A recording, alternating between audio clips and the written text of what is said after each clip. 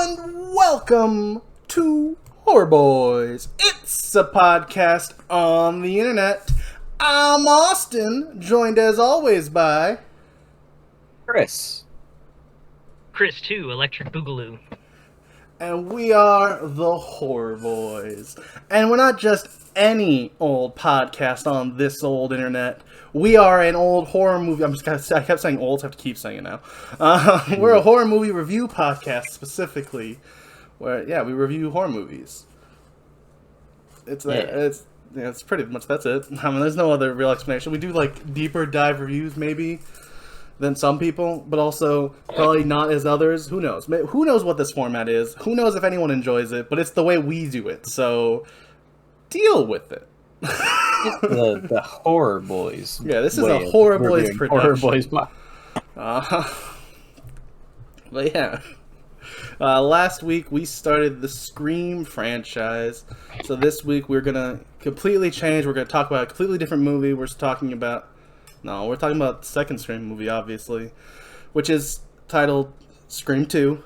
I really respect the first 4 Scream movies for not having any subtitles that I have to try to remember. It's just number.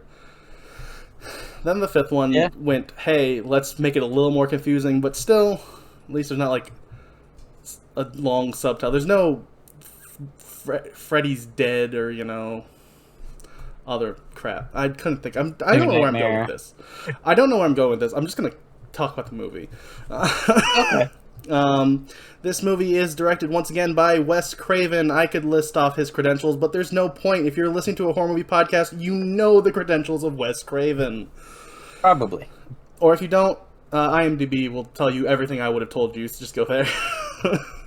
Yeah.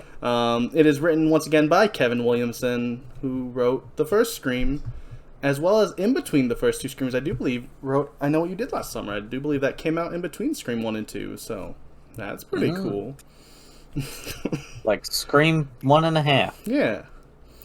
And then 2 other things I'll bring up just here, because there's times where maybe I should have brought it up, but I just like to sometimes front load some of this stuff. And that's, our composer is Marco Beltrami. He composed the first movie. He's back again. He does a really good job.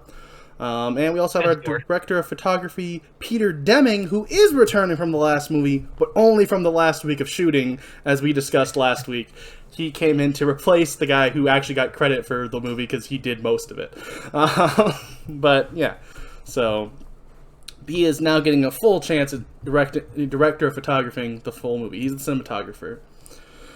And actually, before I even get into the movie, we gotta, I guess, address the, controversy that happened before the movie came out, which was the story leaked on line, and it I was reading about caused them having to rewrite the movie because the first 30 pages of the script got just leaked online after the first time it was emailed to Wes Craven. Craven Williamson emailed it to him. Wes Craven was very angry about it in the the interview. He did not appreciate the people who did that. But it did cause a little bit of, turmoil as they had to film, because Craven Williamson also was, busy, he was, I don't remember which show it was, but he was, also writing a TV show at the time, and, was over there on set there, because the writer doesn't really need to be on set during filming, right. And they had to, re-put together a script as they went, so some scenes are written by Wes Craven. He doesn't get credit for it officially, but he definitely in the thing said that there was a couple scenes he wrote. There was a bunch of different passes on it to try to make it happen. So yeah, this has got to be one of the first movies where it was leaked on the internet. Probably, because this is this is what, 98, 97? This is 97. This is less than a year turnaround from the first movie, which is also insanely impressive. I was reading about that. That's insane. Yeah. I also saw that he had written an outline for this movie pretty much before they started Scream. Yeah, it was part of his first script, was a 3-page outline for what the next movie would be. So That's wild. But then they had to change a little bit of it. So I don't know exactly what the original plan was. I don't think any of that's ever been officially said. But it wasn't the initial plan. So there are a couple holes in the script. There is a slight explanation for why. They kind of had to do it on the fly. Also, one last... I think this movie... Oh, sorry. I was just saying, I don't think... One thing I like about this movie is it's good enough that I don't care as much about plot holes. Like, I'm willing to just kind of, like, accept I'm in your world, I don't care about plot holes, you know? It's fair. I feel like there is definitely an element of, a good enough quality movie, you're willing to look past some slight other issues, but where if it's like just a bad movie, you go, that was terrible, and here's why it was terrible. And here's the thing. I'll play devil's advocate as we discuss this. Things that I saw, I'll still point out, but I agree with that. One last person to just bring up before we get into like everything is K&B Effects is once again our special effects people on this. They have become, at this point, probably our number one people we've brought up on here because they just keep getting work.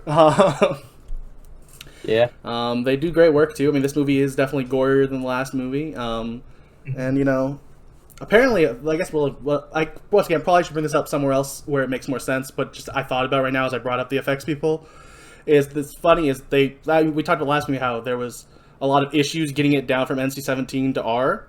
So this time around, like, Wes Craven just kept being like, more blood on set to try to make the cut, like, way bloodier than they initially put in, so it'd be easier to, like, kind of trick the MPA into being like, oh, they did cut a lot out. And then they just approved their first cut. So, yeah. That reminds me of a story, Scorsese, when he was making Taxi Driver. I don't know if y'all have seen that. No. But I'm uncultured. They kept getting an NC-17 for like a long time, and what Scorsese did was he was like turn the color temperature down like 2 degrees, so the blood instead of being like bright red was like burgundy, and they approved it instantly. Just one of the the MPAA is dumb. I really don't understand how they make their decisions. I agree. Yeah, there's just nothing else to say about the NBA. It kind of sucks. Even like once they get better at stuff like this, they're still always worse at other things. Like the fact that like now, like you put violence in a movie, you're pretty much fine. But you throw any bit of like harmonicality, if you will. I can't say that. We're not on our channel. Especially if that's 2 harmonica players of the same gender. That really makes the MPA get their panties in a wad. But yeah, 2 pump maximum. Then also, I guess one last thing before we get in the movie. I know what is this? Why are we front loading all this weird stuff? But this is actually something my dad pointed out as a fun fact I should have had in the last movie, and he's probably right. Me personally, yes, Austin of Horror Boys was in a movie with the star of the last movie, Drew Barrymore. I know. Thank you for my flowers. I was, yes, one of the many, 1,000 people in the crowd in a shot of 50 First Dates. Thank you. I know. You really loved me in that one crowd shot. I was pretty good at, 7. But yeah. Which also then, I saw a tweet. This is a little fun story.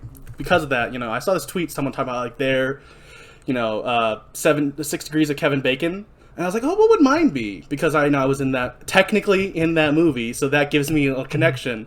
And I was like, oh, cool. I have 2 degrees because I was in that movie with Sean Astin, who was then in a movie with Kevin Bacon.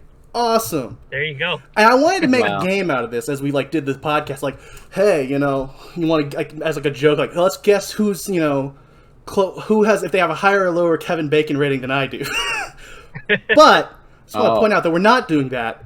Because Nev Campbell had to go and ruin it by just being in a movie with Kevin Bacon, which made it so everyone is just equal to me or her and less.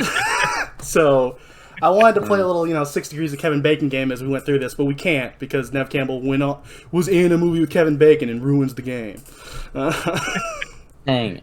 So that reminds me of my favorite comedy bit. There's a guy, I forget what his name is. I'll have to look it up later. But he every time there's a shot of Earth on in a sci-fi movie or whatever, he goes to his IMDb and he puts himself as an uncredited extra for that movie. It's not inaccurate.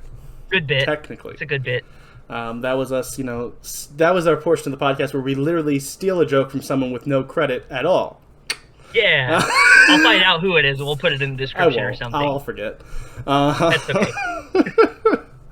But yeah, let's actually start the movie now. We got through our preamble that makes sense, and then the one little story I really wanted to tell, because, I was in a movie, guys, and that makes me pretty impressive. I didn't get paid, and you can't see me, but I was there. Pretty cool.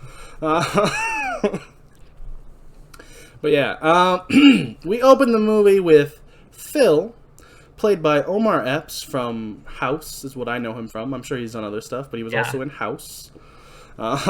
And his girlfriend, Maureen, who is played by the then Jada Pinkett, but now Jada Pinkett Smith, who I would tell you more about her career, but instead I'll just keep her name out of my freaking mouth and move on. Yeah, it's probably best for everyone. Yeah, let's move on. Alright, so they're going to an early showing of Stab. Oh, Stab. Which is really impressive that they got this movie out so fast. Yeah, well, to be fair... Just like getting out the movie Scream 2 was also well, no, actually, in the movie, this is later. Like, this is, I think, a few years later, because I think this is supposed to be a few years after. Because they were, I think, seniors in high school in the last movie. I think they're supposed to be like seniors in college in this movie, aren't they? I don't know about seniors, but I think they're definitely supposed to be at least like juniors in college. So they're at least a couple years in, though. I thought they were like sophomores, but I don't know. That's fair. Either way, it is later. Yeah, it is. It is a couple years later, so it's a little bit. A movie that has been made. Yeah. Yeah. Sorry, I'm just trying to refresh Discord because there was a little bit of lag there, and I was trying to fix it. For our audio listeners, nothing changed for you, and I just brought this up for no reason. Yeah. Yeah. So yeah, they're going to try to see Stab. And they have a conversation about the lack of African American representation in horror movies, which is kind of it's a good conversation to have. Especially, I think, especially if you look at like Scream 1, like you could definitely point to Scream 1 as a movie that it's a very white movie. Is just a bunch of white people. When your most ethnically diverse person is Skeet Ulrich because he has a tan. Yeah, it's a little bit. That was something that I noticed about the first movie. But yeah. So they have a little discussion about that I'm not going to reiterate their discussion because I'm not the person to have that discussion.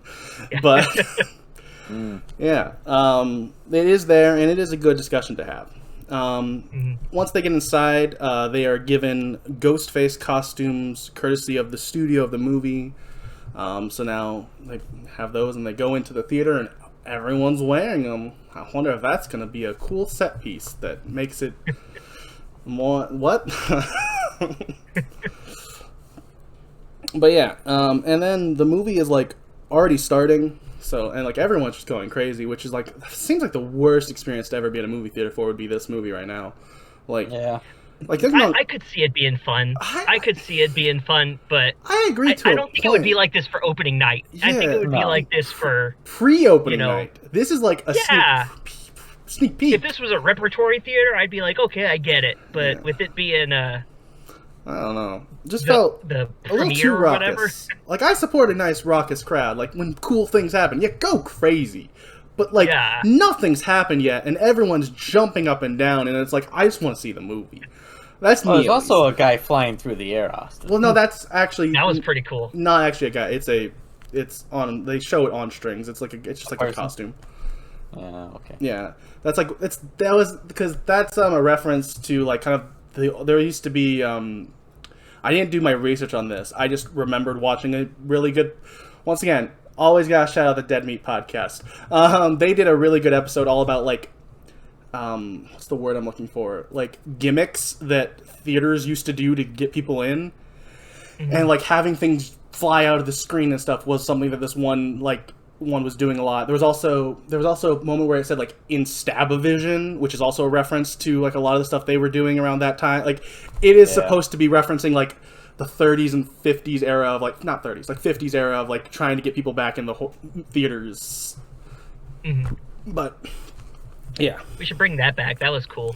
I wish they did that in theaters now. Fair. I mean they kind of do though, and they just do it in a more controlled way because you got like those like 4XD movie like experience. Oh, where you're like yeah. in a roller coaster, Yeah. getting spritzed in the face with water and stuff. Yeah, you can Yeah. smell the minions. Yeah, you just smell bananas and you're like, all right, I guess. Banana. And then you get, banana. spritzed with water, and it's like, oh, I'm in Scream, and you're covered in fake blood and corn syrup the whole time. Mm. It's really sticky, but They're in a dump. It smells like trash. yeah. But yeah, Classics. the classics. But yeah, the movie's already starting, and it says that it's based on Gail Weathers' book. Ooh, Gail Weathers wrote another book capitalizing off of tragedy. Yeah. Dang it, Gail. Looks like she hasn't developed any character since the last movie. Yeah, well, she did, but she reverted back because it's a classic movie moment. They had a real decom mom situation here. Yeah, which is a reference to specifically the Halloween Town franchise that me and Chris watched on a different channel for a different thing, and it was the mom kept reverting back, and it was really irritating how much she would just forget her progression from the last movie. But yeah. I'm sure it'll never happen again. And the movie starts, the actual movie, like they're through the credits, and it starts with their version of the, Casey getting a call scene. Stabs Casey is played by Heather Graham. I'm assuming it's supposed to be in character also Heather Graham, because later we see, that Tori Spelling, spoiler, is playing a character, so I assume we're supposed to take this as Heather Graham, not just a chick who looks like Heather Graham. But honestly, who knows? This franchise is so half meta and fully meta. Sometimes you're like, I don't even know what's going on anymore. Maybe this is Heather Graham, or maybe this is actress who looks like that Heather Graham is playing, who is playing Casey. I don't know. Clearly it's Heather Graham playing Casey. I think it is. And we then also have, then the Maureen storytelling does something that I think is kind of ironic after we just talked about having more African American representation. She is one of the most stereotypical African American women in a movie theater scene ever, where she just starts yelling at the screen and everyone's mad at her. And it's just like, I don't know why they're mad at her either, because with the way everyone else is acting seriously, yeah. That kind of irritated me a little bit. That's one of the few things in this movie that just really kind of, come on. I also just feel like, don't have such a stereotypical thing right after you praised yourself basically by saying, we're going to have representation now. But also, the representation is going to be stereotypes. And the Hustlers are going to be the first to be murdered. If it wasn't written by a white man and directed by a white man, it kind of... I think it would play a little differently, but... Yeah, that's fair. It kind of feels a little... Yeah. A little bit icky. Yeah, just a little bit. Not too bad. Not enough to, take me out of it. But it's enough for... terrible. It's just a icky. little... Yeah. Then... Maureen, she gets a little too spooked, and she decides that she's gonna go get some popcorn. And she goes to the popcorn stand, and she's there with this movie's director of photography, Peter Deming, serving her popcorn. Woo! Yay, Peter Deming! Yeah. Yay, thanks, He's Peter. Popcorn Boy in the credits. Popcorn Boy. He'll always be our popcorn boy in our hearts. I rented this on Amazon. I'm going to rant about Amazon X-Ray for a little bit. Okay. Because I hate supporting Amazon, but I was like, X-Ray will be kind of cool because I can look at, who's in this scene. And it never worked for me. No. It always showed me either the scene before or, 3 scenes before. It never showed me who's in the scene I'm currently watching. It was... So I gave money to Jeff Bezos for nothing, so... I mean, it's also I just wanted to rant about that for a ways to watch it as well. Because also, who else are you going to give your money to? Oh, you're going to give it to Google instead? Is that really better? Yeah. Let's be real. It's a little marginally better. Not much better, but a little bit. It's marginally better. Like this movie's representation of African American people. They're here, so that's representation. So I guess that's good. Oh, they are here for now. Well, I mean, to be fair, spoiler, there are 2 more African American characters in the movie. So... There is a cameraman who doesn't get gutted. I'll say it. Why are you spoiling? That is a big reveal at the end when he comes back alive. I think we can assume everybody who's listening to this has seen it. I know, but I'd just like to tell. But some people might not. Some people might not care, and they're wrong. Yeah. They should watch Scream 2. But Yeah. some people might Good not. movie. And we're supposed to, kind of try to give them the story as it comes. They haven't even met this camera guy yet, and you're already telling him he lives. Yeah, Chris. Well, I have to, keep them in because our two characters are about to die. Yeah, because it is the opening scene of a Scream movie, and which means these characters will not live, and you know that by tuning in. Right. So yeah, Maureen, she's done talking to the popcorn guy. She got her popcorn. She's about to head back into the movie when she gets scared by Phil in a Ghostface mask. They have a little argument. It ends with them both being kind of still happy together, and she goes back into the theater and he goes to the bathroom. And then in the bathroom, he can't go to this, he can't go pee standing up because there's too many Ghostface, so he has to go into the stall, as you do, which I mean it is. It felt weird that they drew attention to the fact that, this is why he's going in the stall. It's I didn't need to know why he was in a stall. Sometimes you just pee in a stall, that's okay. But you had to know he's only peeing in a stall because the urinals are taken. He is a true man's man because he wanted to pee standing up, but he still does. But he just he just goes into a stall with the door open. Yeah. But he hears some weird noises coming from the stall next to him that was, had someone in it, so that's why he wasn't able to go in that stall. And they're really weird, talking about their mommy. It's weird. It's very reminds me a lot of the breakdown in Down with the Sickness. If you've heard the non-radio edit of Down with the Sickness, it reminds me of that part. A little less vulgar than that part, but it reminded me of that nonetheless. But yeah, so he's really interested though, because to be fair, it is weird. But I don't know if I would have been what's going on? As he sticks his ear up next to the stall. I probably would have. Right onto the stall wall. Yeah. And that was a mistake because that was actually Ghostface on the other side who stabs him through the cheek and ear. It's pretty cool.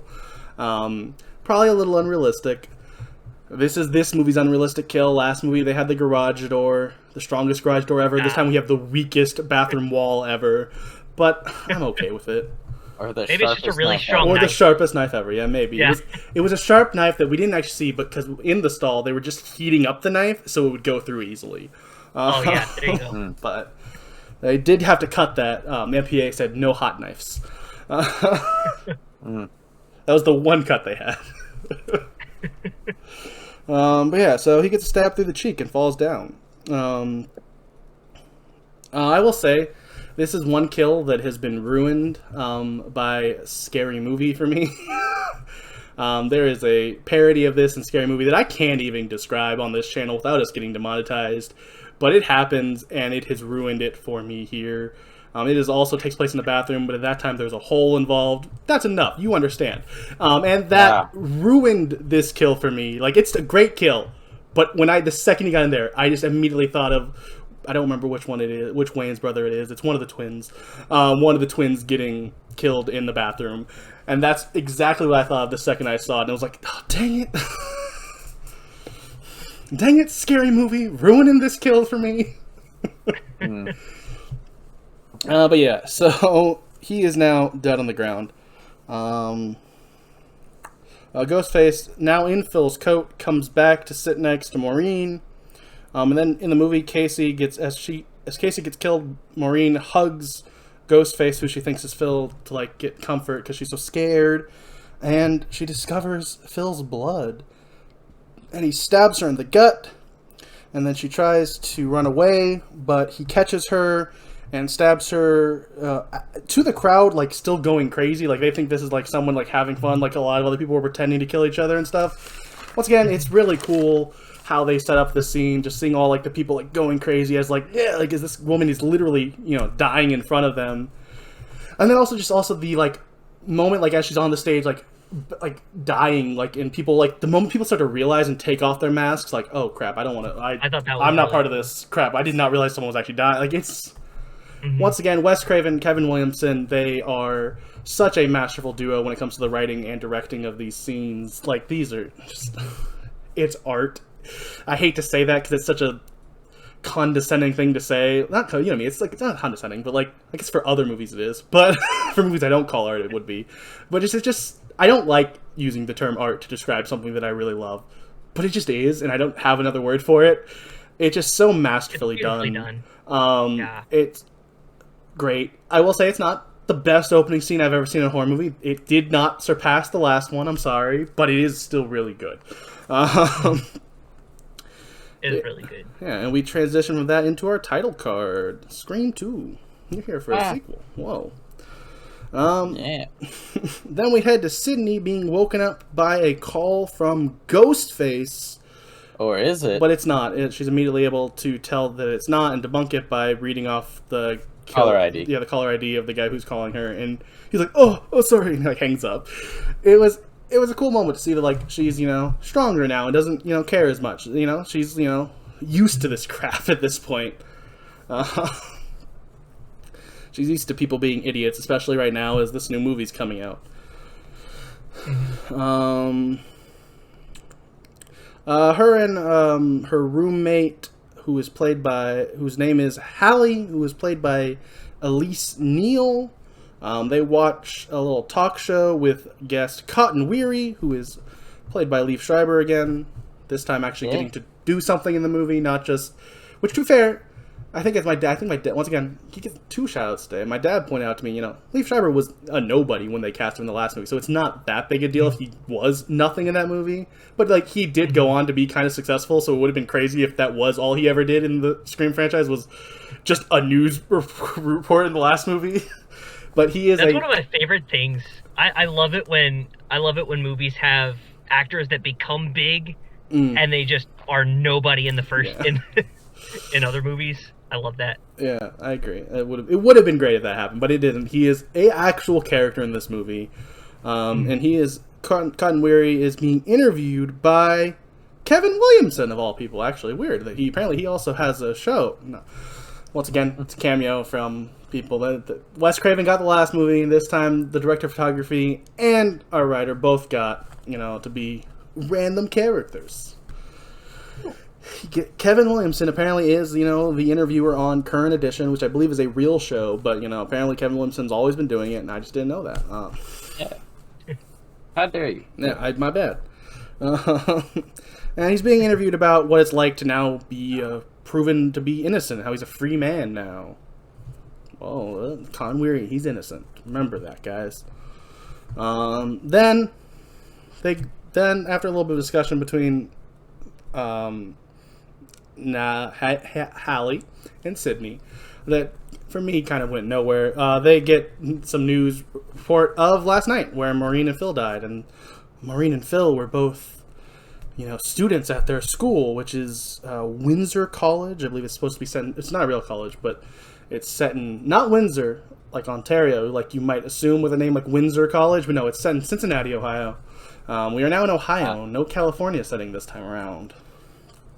No, Midwest. gross Ohio. What? Said, oh, gross Ohio. Oh, that's fair. You just were so disgusted by Ohio, you didn't enunciate properly enough that I could actually pick it up what you were saying.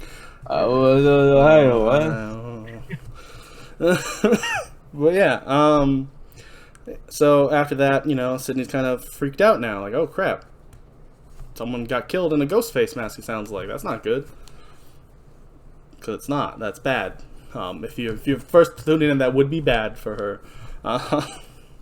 Be bad in general. Yeah, just in general. I guess in general, anyone dying. On this podcast, we're against people killing people, especially in Ghostface masks. Yeah, but mostly in Ghostface masks. And you're listening to this podcast. Stop that. Yeah. It's not nice. Don't stop listening, though. Just please try to stop killing people. Yeah. If you can. If you can be bothered. But make sure to listen to the podcast no matter what. Tell your friends. Yeah. When you go to Killers Anonymous, tell your friends about our podcast. But yeah, so she heads off to go find Randy, because Randy goes to her school. She asked But as she goes to leave to find Randy, she is has to push past a bunch of reporters trying to get a comment. There's the media frenzy once again for poor Sidney Prescott. She can't just live a nice, happy life in Windsor, Ontario, Canada. Sorry, Cincinnati, Ohio. Then we cut to film theory class, which that's cool. I'm just kidding. And we're done. That's the end of the scene. No. We cut to film theory class, which is where Randy is, because of course Randy would be a film major. Like, that is so on point. Like, he is the most film majory person you've ever met. Yeah. He is, yeah. And he's still played by Jamie Kennedy. Once again, if you don't remember, that is Jamie Kennedy, star of Son of the Mask. If you might have forgot, because he just went into that role so well that you just think of him as, Son of the Mask. Yeah. But yeah, he's still here. And we also get to meet a couple other people in the class. We meet Mickey, who is played by Timothy Oliphant, who was on Santa Clarita Diet, which was a Netflix show about zombies that was so underrated, so good. He was on that with Scream 1 star, Drew Barrymore. That's true. So that's a cool little Scream connection. They're not in the same movie together. I was trying to figure out what he was... He's also recognized his face like instantly. Been in like 70 other movies, so there's also other chances of that. But that's the thing that stuck out to me. I was like, yeah. That's a great show. Oh, and it has another Scream connection. I'll bring that up. But it, got canceled. I just remember everybody a few years ago just getting really obsessed with him being really good looking. I don't know if everybody else remembers that. I don't. I just remember everybody being like, "Oh, he's so hot." I mean, he's not an unattractive man. I'm confident enough he's to say attractive, that, but I don't get that. It felt like the hype for him was a little high for his attractiveness level. Nah, just to me. I respect that. No, I don't. I respect your opinion. Like, I don't agree that he's like hot. You should. I have the right opinion. All the time. Here's the thing: as a straight white man, I know what the hottest man is, and that's Ryan Reynolds, because that's what all straight white men think. And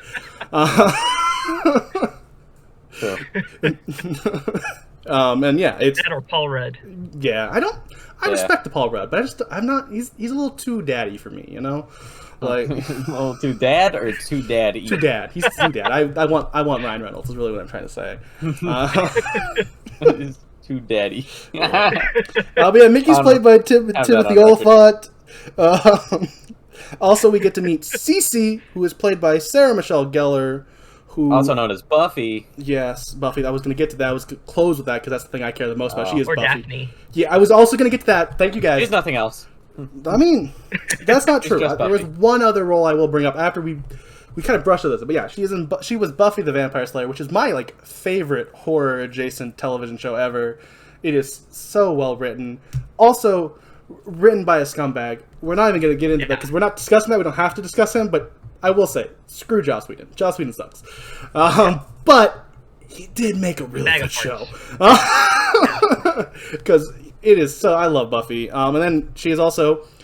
I will definitely also bring up Daphne because it's very important because that's, once again, Scream alumni. She was in the live-action Scooby-Doo movies with Matthew Lillard, who we love. We love Matthew Lillard. Yeah. Yes.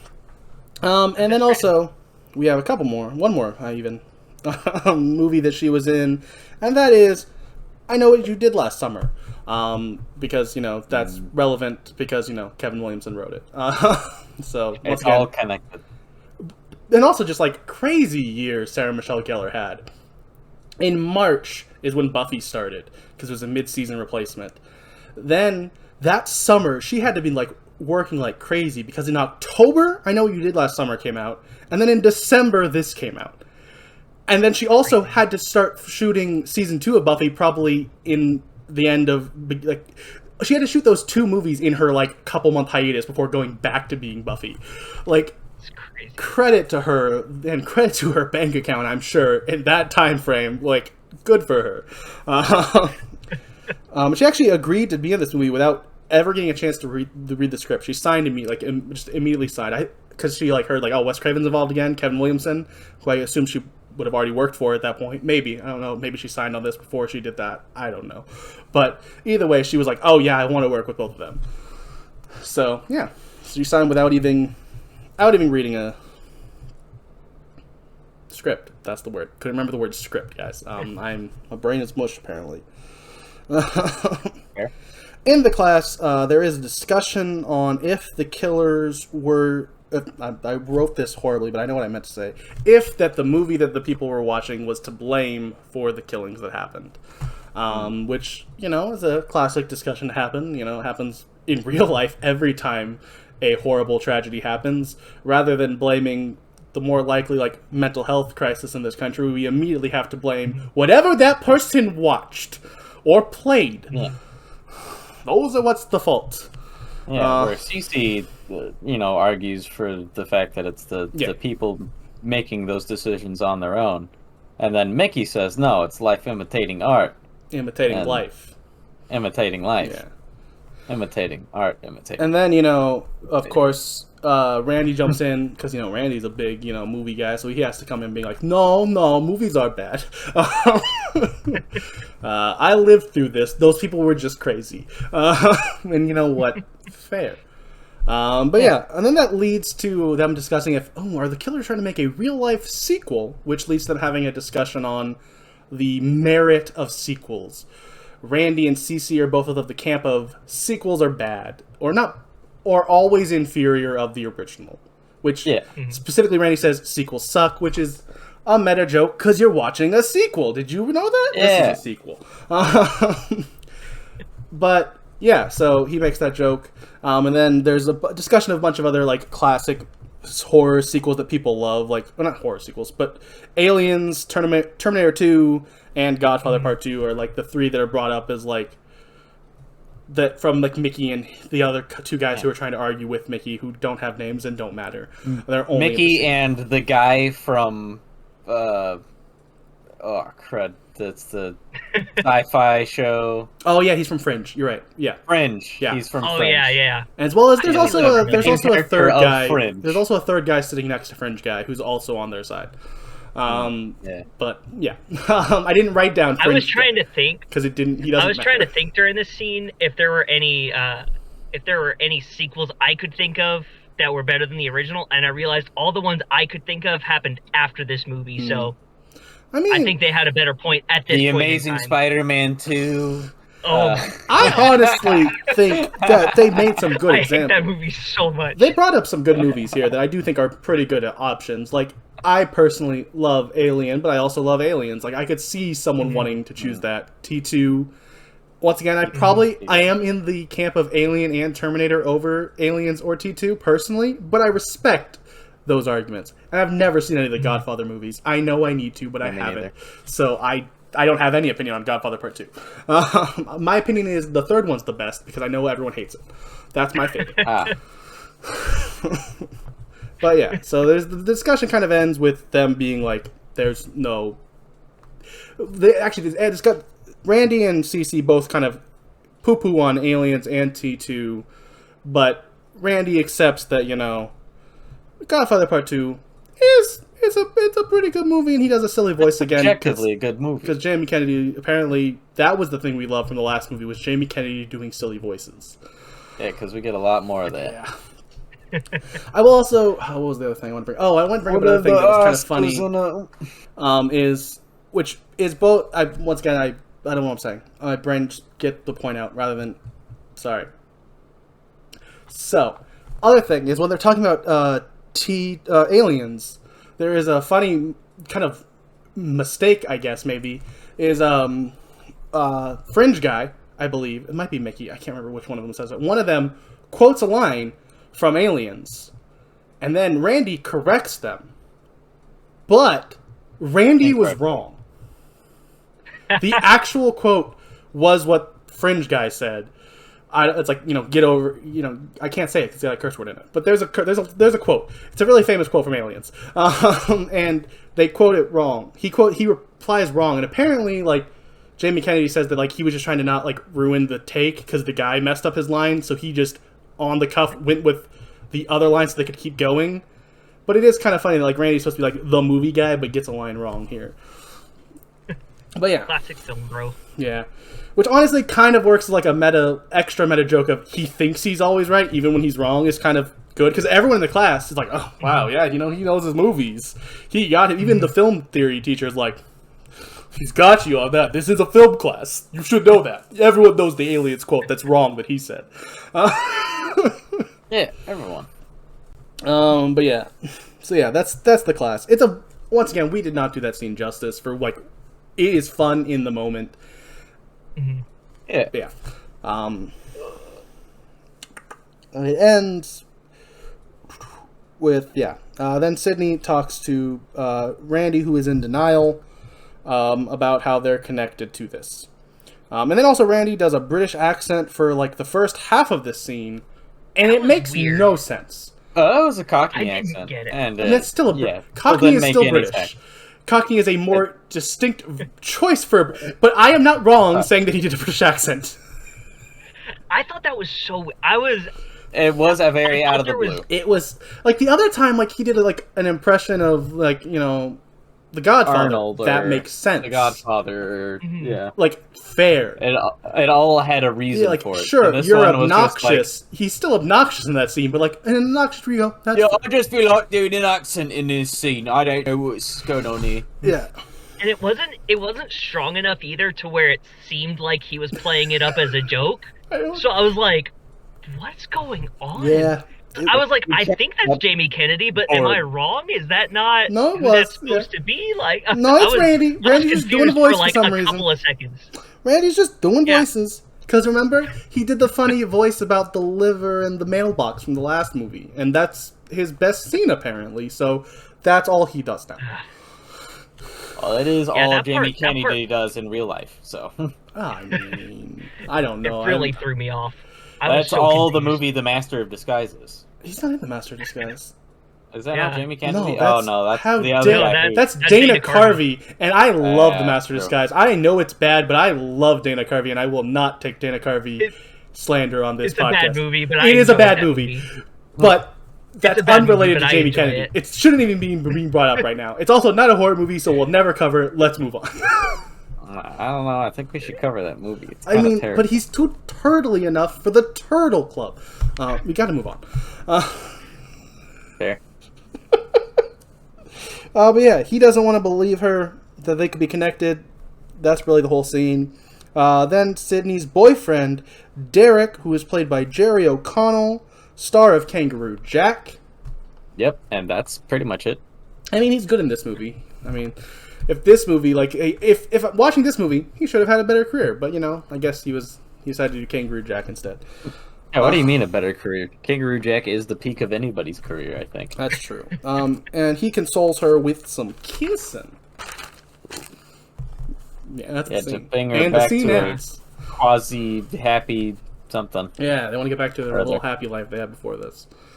Then Gail Weathers shows up, and she is still played by Courtney Cox, because, of course she is. They're not going to recast people, that would be weird. But in case you didn't listen to our first episode, I like to bring up who actors are. She's Courtney Cox, star of Friends. Yeah. And Cougar Town. We'll stick with Friends and move on.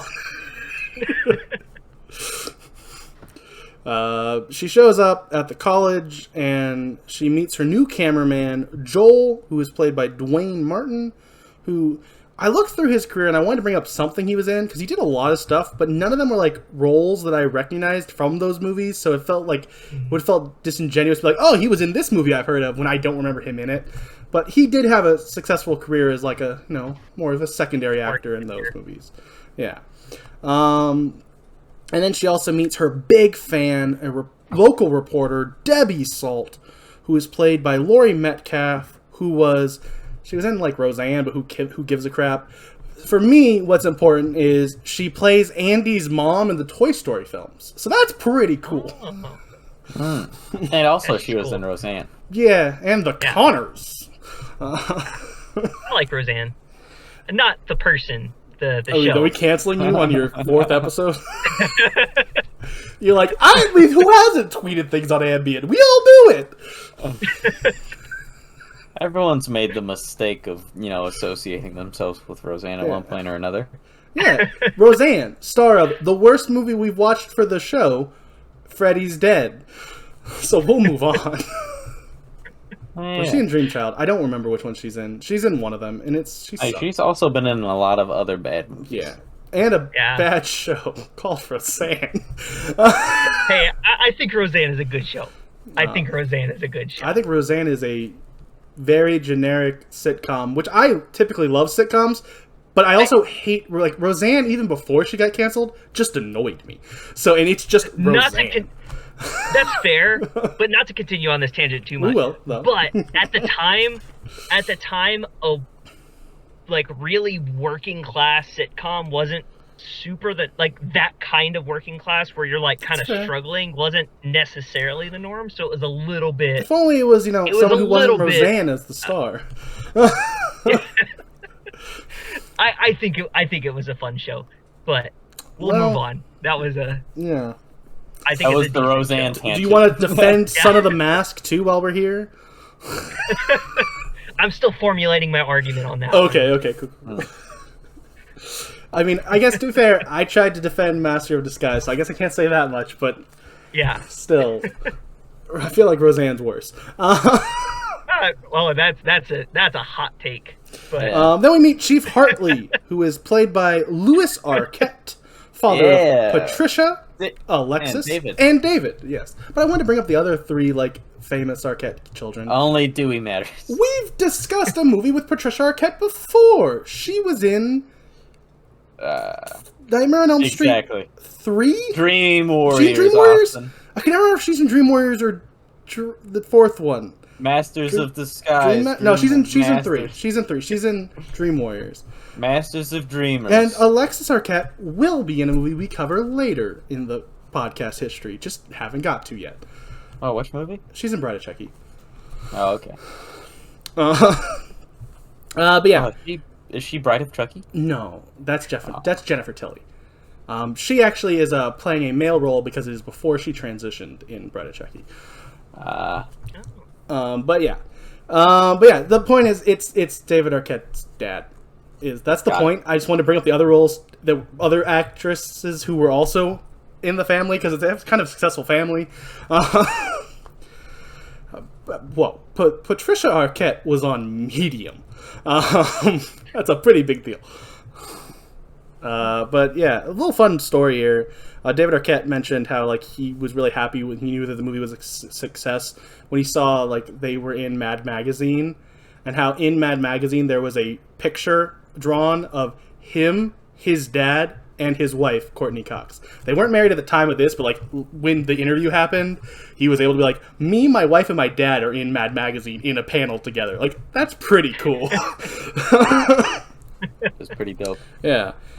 I'm not personally a Mad Magazine or TV fan, but I'm glad for David. Yeah. But yeah. So he's doing Chief Hartley is running a press conference, but it's taken over by Gail's questions. She is it's now her press conference. And Sydney, Randy, Derek, Hallie, and Mickey are all watching on before the Delta Lambda girls, who the main two Deltas, who have names, but I don't know which one's which, are played by Rebecca Gayheart and Portia de Rossi, who both had careers pretty successful, so I'll mention them here. Neither of them meant a lot to me personally. At first, when I first wrote this, I didn't write down who they were, but they're in enough scenes that I'll bring up. Portia de Rossi's in Arrested Development and Better Off Ted, which are both great shows. And I've definitely heard the name Rebecca Gayheart, and I know she's also done stuff. Yeah. It's one of those names that I'm an immature child. I can't forget the name Gayheart. That's a funny name. So I've heard the name Gayheart before. Yeah, they're here, and they show up, and they want Sydney to be at their party tonight, and because, she's in the news right now, and I guess that's what you want in your sorority. Which I guess, famous. She's famous. That's fair. Yeah. But yeah, they're in a lot of scenes, but they're really not that important to the movie. It was weird how many scenes they were in. Yeah. I think it's probably, spoiler, I know I don't like to do this. I try not to. I feel like it's supposed to be so they're a red herring. Like, oh, maybe one of them is. They're in so many scenes. Maybe one of them could be the killer. Yeah, that makes sense. They're not. Spoiler. I will say that. I'll let you know that these Lambda girls that I will bring up 2 more times, they don't matter. They're not really important. Yeah, very much non-consequential. Yeah. They wanted to join, though. Then Sydney sees and runs towards Dewey, who is still played by former WCW World Heavyweight Champion David Arquette. Awesome. He's the best. He's my favorite world champion. But yeah, they talk about how good it's been up until how good Sydney's life had been up until recently. And then Dewey warns her that if there's a copycat killer, they're probably already in her life. He also says that he's going to hang around in Cincinnati to keep an eye on her. That's a good guy, Dewey. Or is he? Or is he only here so he could kill people? Yeah, I thought he died in the last movie. No, but maybe that's just me not paying attention. I thought he died. They want you to think that. Because, they show him and he seems dead for, like, the rest of the time he's there until, like, as Gail is, like, doing her little speech, he's getting wheeled into an ambulance, like, being like, oh, I'm all right, kind of a thing. End of the last movie. I must have missed that part. I must have looked away. It's fair. I think they wanted you to... He was one of the fake-out deaths, for sure. So if you missed that one scene where they show him, like, post anything that mattered, you wouldn't know he was still alive. But he is worse for wear, though, because he has, like... He's limping. He's also got a little bit of an arm issue because he's got some nerve damage from the knife that went into his, spinal cord. Fair. But yeah, so that's the end of that scene. Then Gail surprises Sydney with trying to get an interview with her and Cotton Weary. And Sydney, ends up getting really angry about this because, why would you try to surprise me with this interview with this guy who was in jail for a year because of me? Like, mistakes happen, but, like, this is awkward. So she, backfists her. Nice. And then her friend says, how was the shot, I think? Which was a good line, Where'd you get that? Did you get that shot? And then, a fun little interaction apparently is, that was something she ad-libbed, but then Joel, I don't remember his actor's name, Dwayne Martin, also ad-libbed him, like, replying back in a funny voice, and she was a little mad, like, he took, like, my funny line and, like, made it funnier, sure, but, like, took the, like, moment away from her giving that, like, good snap back, and he's like, so I thought it was a fun little tidbit from, whichever documentary that was from. I don't remember. I watched a few. But yeah, I lost my place because of that, because that wasn't even in my notes.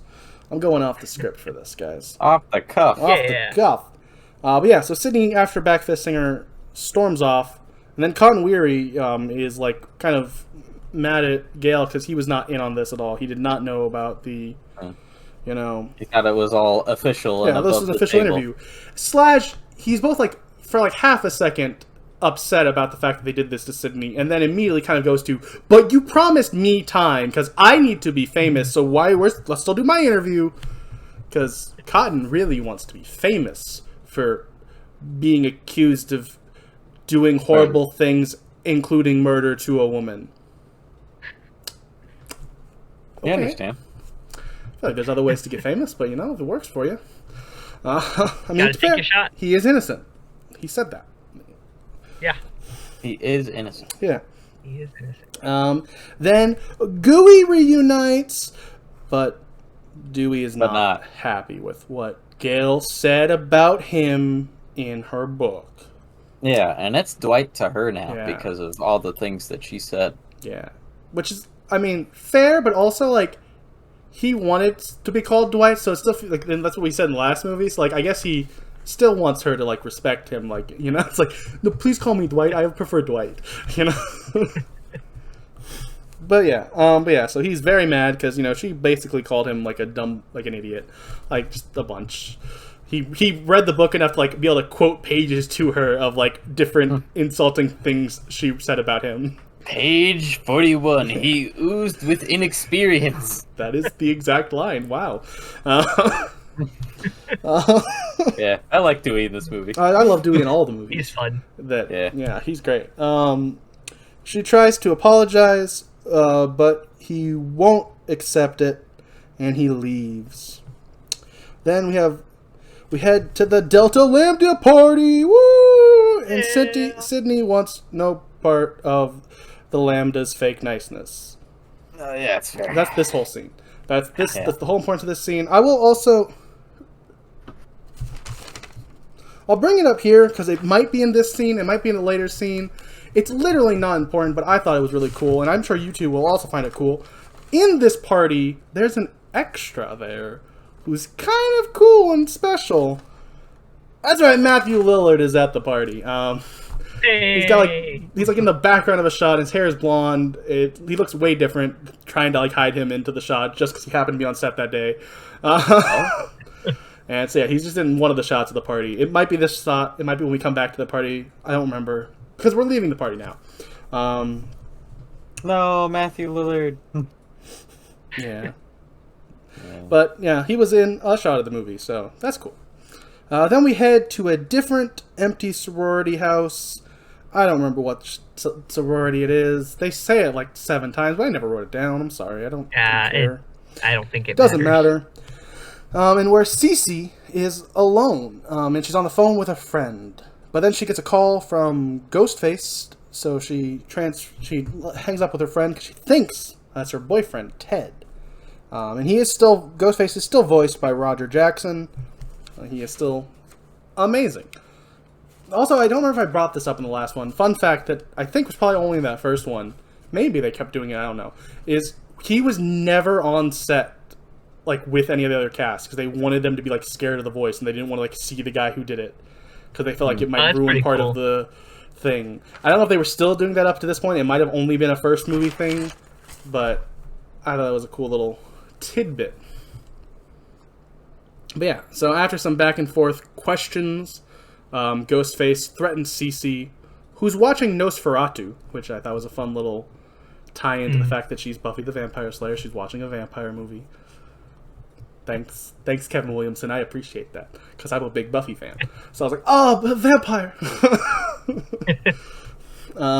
So yeah, she's watching that, and then her friend calls her back, and after she hangs up after she's being threatened, and then her friend calls her back, and she kind of taunts Cece for being scared about hearing noises after getting this creepy call, which not the best friend. Yeah, no, that's... Oh, you're scared? Just call security, idiot. It's all right, slow down, Cece's friend. A little mean. But yeah, so Cece hears that noise upstairs. So then Cece runs outside, but her friend tells her not to panic and just to call campus security. But when she tries to, he can't hear her. He keeps breaking up because she's on a landline and she's too far away from the receiver. If you don't know what a landline is, fair. They haven't mattered in forever. Yeah. But yeah, so she has to go back inside, and she's never able to actually get him to hear her because she's never close enough to the receiver. Before she gets scared by her sorority sister, Donnie, who is played by Marisol Nichols, who is of her horror alumni thing. Is she years later is in the most recent Saw movie, Spiral. So she's still acting. Good for her. Also, really weird fun fact that it was definitely not on purpose, but just a really cool coincidence looking back. So this character is her sorority sister, and her name is Donnie. In the show Buffy, around season 5, this is a spoiler. If you want to watch Buffy and don't want spoilers, stop listening for 20 seconds. In season 5, they use this due to magic. Buffy gets a sister named Dawn. And it's brought in and she didn't have a sister before that. It's a magic thing. But yeah, it's just crazy that the coincidence that her name is Dawn, her sister is named Dawn in this, and then years later she gets a sister named Dawn in the show. I thought that was really cool. If you're not a Buffy fan, you don't care about that at all, and that's fair. Shut up, Chris. No one asked you. And the audio listeners didn't even hear you. But yeah, Chris mouthed no, because he's a jerk. Yeah. Poo-poo on my parade, and I'm not okay with it. But yeah. So, Donnie is about to leave, and that's probably where she heard those noises. That's actually what it was. It was just those noises were from Dawn, so it's not that big a deal. No reason to be scared. And yeah, she does get scared by like Dawn because she didn't know Dawn was there. She thought Dawn was already at the Delta Lambda party, but she wasn't. And then she actually takes the phone from Cece and answers it. And when Ghostface says that he's Ted, she immediately believes him because I guess Ted sounds like Ghostface. I mean, don't get me wrong, I understand people sound different on the phone, but you think people who knew who Ted was wouldn't all thought he sounds like Ghostface, unless he does. And like, cool. Maybe he does. I don't know. Cool. I want to meet this Ted guy. But yeah. Nev Campbell also thought Skeet Ulrich sounded like Ghostface in the last movie because she was like, "Is that you?" No, she thought it was Jamie Kennedy. She thought it was Randy. Oh, right. Everyone thought it was Randy in that movie. Yeah. Which they don't sound anything alike either. No. So I guess I think he's doing a silly voice, but like that's fair for Randy. But like this was like, oh, Randy's trying to play a prank on us. This was Dawn just being like, oh, it's Ted. Okay, here you go. Like she didn't think there was a prank happening. She's like, oh yeah, you sound like Ted. What? Okay. They at least explained it away in Scream of being like, oh, it's because he's playing a joke and Randy's a jokester. Didn't you hear his silly voices he likes to do? That's his whole character. But yeah, so I lost my place. While she's having this conversation, she hands Cece back the phone. Ghostface actually sneaks into the open front door, which I thought was a really cool shot, like happening in the background. He sneaks in. That's how he gets in the house. Because she had left it open from when she went outside earlier. And then he reveals... when he's on the phone, he reveals that he's not her boyfriend. So she sets the alarm with Ghostface in the house with her. Oh my god! Which really never actually matters. She doesn't really ever try to escape, except for when she does. Eventually she gets we'll get to it. The alarm goes off, but it's not like her setting the alarm really ever mattered. But she does set the alarm. Well, it kind of matters for the police arriving there. Well, I guess that's fair. That's why the police were able to arrive so quickly. That's fair. Okay. Yeah. Okay, I stand corrected. There are no flaws in this movie at all. Yep. Perfect. Not at all. No, yeah, totally. So she sets the alarm, and then she gets another call, and she gets jumped at by Ghostface, who jumps out of a closet behind her in a nice callback to the first movie where he did that to Sydney. And she runs away upstairs. He's able to catch her. Eventually, after she first she throws I don't know what she throws at him first. She throws something at him, then she throws a bike at him that for some reason was on the third story. But none of it really deters him, and she escapes to the roof. Oh, she doesn't. I'm thinking of the first movie. She's in the top room, and he catches her and throws her out of the window onto not a window. It's like a glass door. That's French doors. Yeah. Ooh. I think that's no. I don't know. I don't think it is, but I'll go ooh nonetheless. I'll pretend like that's what it is. Yeah, totally. I'm not going to say it again though, in case you're wrong. I'm going to call him a glass door. But yeah, he throws her out the glass door to the balcony, and then he stabs her repeatedly in the back before killing her by tossing her a few stories to the ground. Yeah, it was cool. It was a cool kill. Yeah. This is once again little fun thing is because we already established she was kind of a bigger star at the time because of Buffy, as well as Jada Pinkett was also a big star. Once again, just like the last movie, there are two of their bigger stars coming in guest stars, killed within the first 30 minutes. Also, that movie, the famous poster is of Drew Barrymore's face. This movie has two people on the poster, and it's Jada Pinkett and Sarah Michelle Gellar. So once again, if you paid attention, you should have known that they were going to die. So yeah. Then we head back to the party. Woo! Delta Lambda all day. And the DLs are trying to convince Sydney to pledge by talking about how they promote safe harmonica playing before one asks the other if, and I quote, harmonica style is okay, which just, I was like, all right, okay. We're using the word harmonica in the movie. Like, I'm like, we were on to something. Okay. I believe it was a, mouth harmonica joke there, but I just only wrote, I probably would have skipped over this, like, little back and forth dialogue if they didn't literally say the term harmonica style, which made me go like, well, all right, I have to write down this scene now. They literally are talking about what we call harmonica and use the word harmonica to refer to it. Yeah. So, yeah. Then Randy, Derek, and Mickey show up late. Where could they have been? Before everyone leaves the party because of Cece's death. Everyone saw the, cops over there, so the Delta Lambdas come in very excited, being like, there's cops over there! And you're like, maybe a little... Like, cops are not normally a good thing. Yeah. Spicy take there. My liberal might be showing, but I don't know. Most people are that excited when they hear cops are there. Especially because you're at a college party where I'm sure someone is underage. But that's a whole different story. And somebody's doing something illegal. Yeah, there's definitely something illegal happening at this college party. But whatever. They're very excited that the cops are across the street. And everyone runs out to go see why. And Gail shows up at the scene right as Debbie Salt is leaving the scene. Oh, what could that be? Then Gooey are still not able to do anything good. They're not on a good term still, because Dewey accuses Gail of wanting another murder spree to be happening.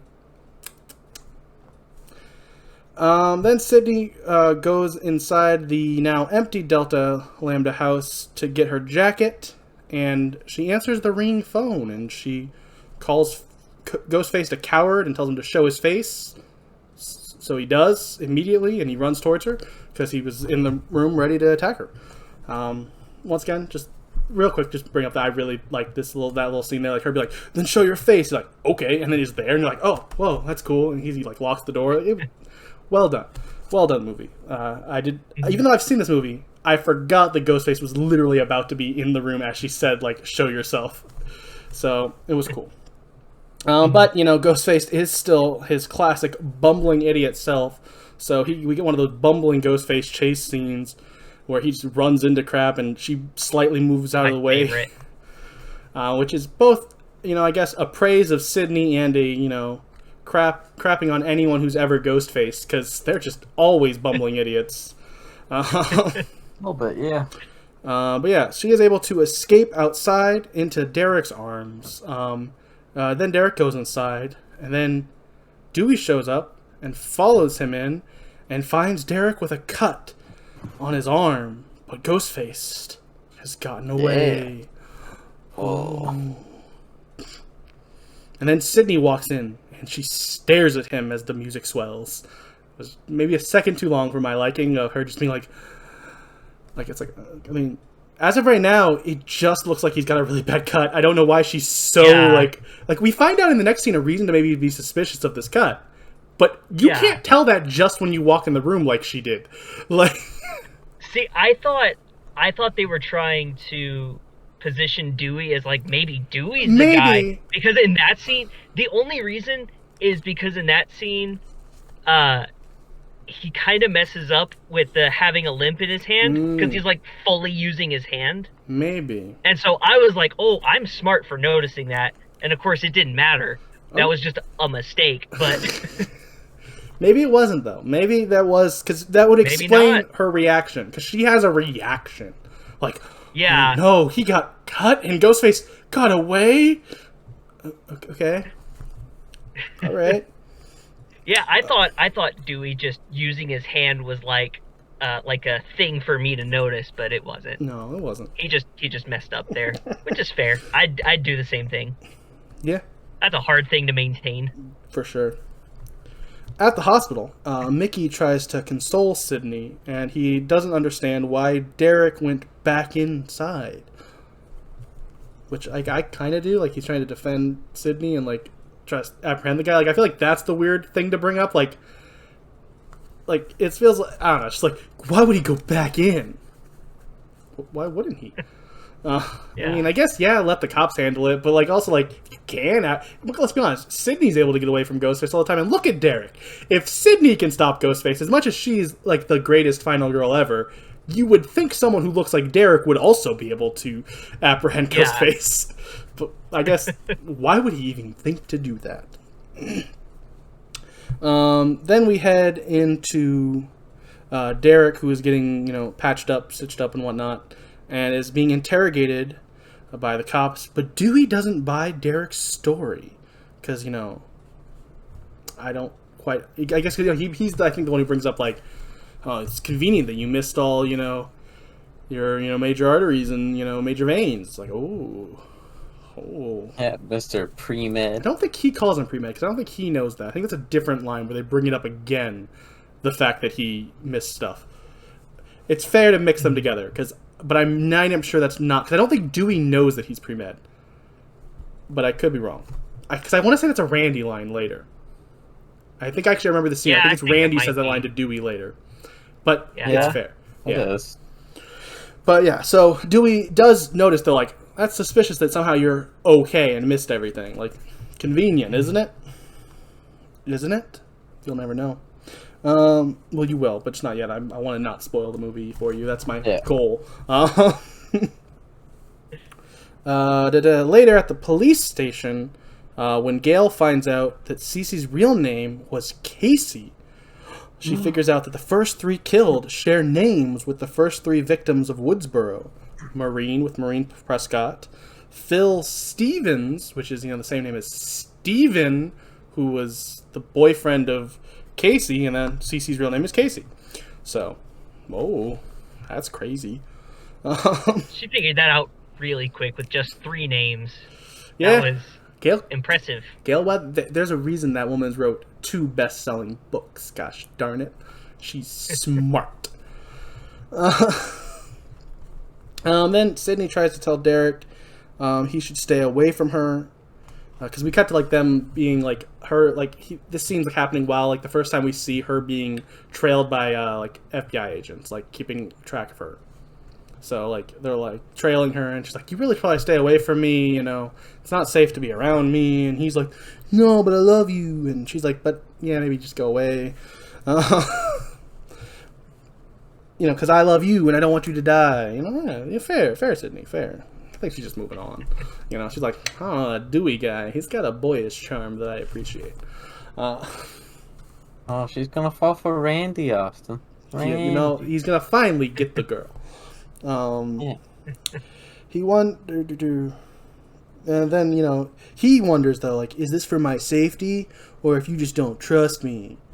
Then we cut back outside the police station, where Gail wants Dewey's help, but he just wants to help Sidney. And Gail runs into Debbie, Salt, and some other reporters, but dismisses Debbie's accusations at Dewey because he's a good person, unlike them, including herself. It was like a unlike us, maybe, is what she said. But, yeah. I like the thing in this movie where Gail has other reporters following her. I just think that's kind of funny. Like, I know that becomes a plot point later, but I just think it's funny that, like, the reporter has reporters following her. Fair. Then Debbie says a line that actually, like, other people also make this connection, even though she says this line to only the other reporters and not any of the cast who would have ever heard, like, the other characters who should have heard it. But she says that she thinks that the killer is probably from Woodsboro. Which, like, that's definitely then a thing that other people are like, hey, maybe it is someone from Woodsboro. But no one was here for this scene. It's like, I mean, I guess they are reporters, so maybe they reported it, and one of the other characters read the report, like, read it in like a newspaper or something. But it just feels like that wasn't a connection that had been made by anyone except for Debbie here after Gail had already left. So no one should have been able to hear it. But whatever. Then we head to the cafeteria where Mickey suggests to Derek and Hallie that Randy is the killer this time around. Ooh. But then Sydney shows up, so they stop talking about it. And Derek decides to, serenade her. And I believe referred to as Tom Cruise in Top Gun. He specifically, I don't know if, once again, not a big Top Gun fan. I don't remember he actually specifically sang this song in that, but maybe he did. And the song is I Think I Love You by David Cassidy. And it's awkward, it's kind of long, and I hate this understand. I don't hate it as a scene. But just the concept of somebody doing that, just... I hate it as a scene. I would have skipped past this scene if I was watching it not for this podcast. I hate it as a scene, because I just don't... I guess he's trying to prove that he still loves her, but, like, yeah, she's trying... It's weird that it works. Yeah, because she's trying to tell him no, like, the first... Like, no, stop, please stop. But then eventually she loves it, and it works for him. Yeah. Like, so, like, I guess he knew what to do, but I hated it. So. I felt like it was awkward and made no sense. I'm okay with it because college kids do stupid stuff like that. Maybe. It's college kids are annoying, so I was like, okay, fair. But I hated watching that. Yeah. I hate scenes like that. That's fair. Where somebody's doing something embarrassing in public. Fair. Yeah, he sings very awfully on top of tables, running around, and as Mickey gets somehow everyone to clap along. I feel like if I was there, I'd be like, no, this guy's being an idiot. But everyone is like, no, Mickey's right. This is cool. Yeah. And one thing, like, if he was singing beautifully, and like, no knock on Jerry O'Connell, like, he's not a singer, and that's fine. But like, he's not a singer, so this doesn't even sound good. No. Like, it would still be awkward, and I'd hate it if he could sing. But at least then I'd be like, maybe that's why everyone's cheering. But it's weird. Yeah. And it does end though. Thankfully, just that's it. It does end though, so don't worry. It does end. Thank goodness it ends. Yeah, and it ends with him Derek breaking frat rules by giving Sydney his letters necklace. We find out that's against the rules from Hallie. Yeah. I don't know if that's a thing. Once again, I didn't go to college, and if I did, I definitely would have been in a fraternity. But I don't know if that. I feel like feels like something that would be something people would do. And I guess there is like kind of a line that's like, oh, it's a tradition for people to do it, but then they get punished. But like, okay, whatever. I don't care. He gives her the necklace, but remember, she has this necklace. The necklace will be important later. Ooh. Then we head to Randy hanging out with Dewey as they discuss the casting of Stab. Because, Dewey he's cast as David Schwimmer, which is funny because that's Friends. And Courtney Cox is in Friends. That's cool. Yeah. And Randy, he's some nobody. He was in like an episode of a TV show, apparently. Oh, Dr. Quinn. Yeah. The medicine woman, if you will. But yeah. Apparently he's like the actor who plays him is apparently some stagecoach driver in one seat of Dr. Quinn. So good for Randy's casting. But yeah, then this is all happening because they're watching the TV where Tori Spelling is talking about how she's cast to play Sydney, which is a callback to the last movie, which I really like. Because in the last movie, Sydney says to Dewey, like, if I'm lucky, I'll be cast as Tori Spelling if they make a movie about my life. And then they got, which is like a dig at Tori Spelling. Yet Tori Spelling then was like, well, the movie did great, so yes, I will do your sequel where I will be the butt of the joke now. Hey, yes, thank you. Like, respect to Tori Spelling to not, like, have too high of a, like, image of herself that she's willing to roll with that joke. Respect for that. And then so we're watching this, she's getting interviewed. Then they also show a scene from Stab where Sydney, in quotes, Tori Spelling, interacts with Billy, once again in quotes, who's played by Luke Wilson, once again, like Heather Graham. I think it's supposed to be Luke Wilson. I don't know. We only know that Tori Spelling is in the movie, and apparently David Schwimmer, but he's not actually in this movie. Whatever. I think it's supposed to be Luke Wilson playing himself, playing Billy. And it's the scene where, Billy, like, tells her, like, move on, your mom's dead. And, like, that's the scene. And there's this one line about how, yeah, my mom's dead. Your mom just left town. I wonder if that line's going to be important or not or something. I don't know, but it could be, maybe. It's almost like that's why they chose this scene to show in this movie for some reason. Weird. Randy then tells Dewey the rules of sequels. 1, more kills. 2, more gore. 3, and he gets cut off, and we never know what the third rule is. It's very disappointing. I want to know what the third rule is, and we'll never know. Because Dewey cuts him off because, hey, how about you just tell me how we find the killer? I don't care about these rules. It doesn't actually apply to real life. Which, what? Fair. But also, what's the third rule? I'm really curious now. But yeah, so... sorry, he does start with, I guess the third rule, I did jump. The third rule does start if you want a franchise. So, apparently the third rule has to be about wanting to do a franchise. But we don't know what the third rule is. Oh, maybe the third rule is leave him hanging. Oh, I don't like it. And then Randy starts with the first suspect, the new boyfriend, pre-med Derek, who's missed all his major veins and arteries. But Randy dismisses him as it's too obvious of a copycat. It's too close to Billy, so they wouldn't do that. They don't want to be that lame. Then he moves to the movie-obsessed, Quentin Tarantino specifically obsessed Mickey, but then moves on immediately because that would also make him a suspect, and he doesn't want to, do that. But Dewey says Randy should be a suspect, so Randy says, all right, fine, you too. So they decide, we're right, neither of us are suspects, we'll move on. And then they move on to Hallie, because she's the perfect opposite of a white male. Because she is not white and not male. True. Fair enough. Then Randy suggests Gale as a killer. But Dewey's not willing to consider it because he loves her. I mean, he doesn't, but he does. He loves her. He loves her a lot. Then we cut to Gale. And Joel, as Joel is the first rational person, as he doesn't want to, be killed like Kenny in the last movie. He's like, no, why? Wait, your last camera guy died? Then I don't want to do this. Yeah.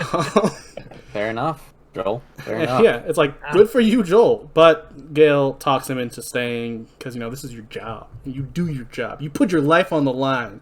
You're like a teacher in 2022. You put your life on the line. Yeah. We'll move on. We'll just move on. Quick. But it's honestly, it's a great example because just like that, a teacher and, him, a cameraman, your life shouldn't be on the line for that job. Crazy, right? Yeah. What a concept. Yeah. Then we cut to Sydney talking to her drama teacher, Gus Gold, who is played by David Warner. She tries to quit, but he won't let her, and he wants her to use her pain for her art.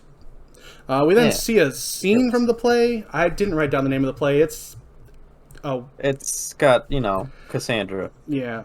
There's Troy is involved. So, yeah. There was some weird name for it, but I don't care.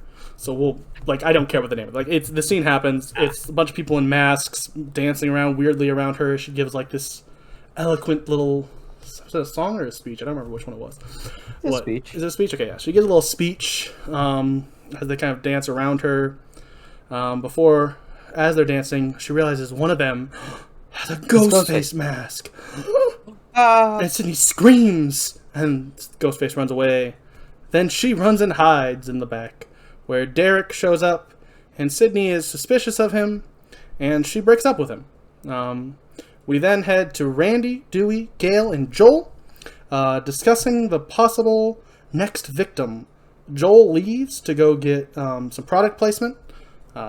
Later, when he shows up, he is literally like holding a Dunkin' Donuts thing like in frame perfectly. Like, look, I got donuts. He does mention here he's going to get donuts because he's like, when I come back, you better stop talking about this. I don't want to be a part of this. Stop it. But you know what? Good for Joel. But yeah, so he leaves. And then Randy gets a phone call, and it's Ghostface. And he's on the phone with Ghostface, and we're cutting back and forth between him and Gooey, looking for people on cell phones, because apparently, from 96 to 97, cell phones are no longer suspicious, and everyone has them, which I feel like is a little bit too quick. If in 96 they were like, oh, he has a cell phone, to then in the next year be like, well, now half the kids at college have them. And it's like, I don't know exactly. Maybe it's a few years farther in the future. Oh, that is true. It is set in fictional 1998. That is true. No, you're right. I think I stand corrected. In fictional 1998, this is acceptable. But yeah, so we're cutting back and forth.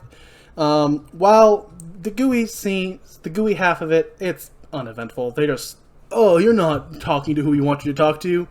But Randy does have some fun little dialogue here and there with like Ghostface. One of the things like Ghostface asked him the iconic line, "What's your favorite scary movie?" And he says, "Showgirls," which is not a horror movie, which makes that a funny thing to reply with.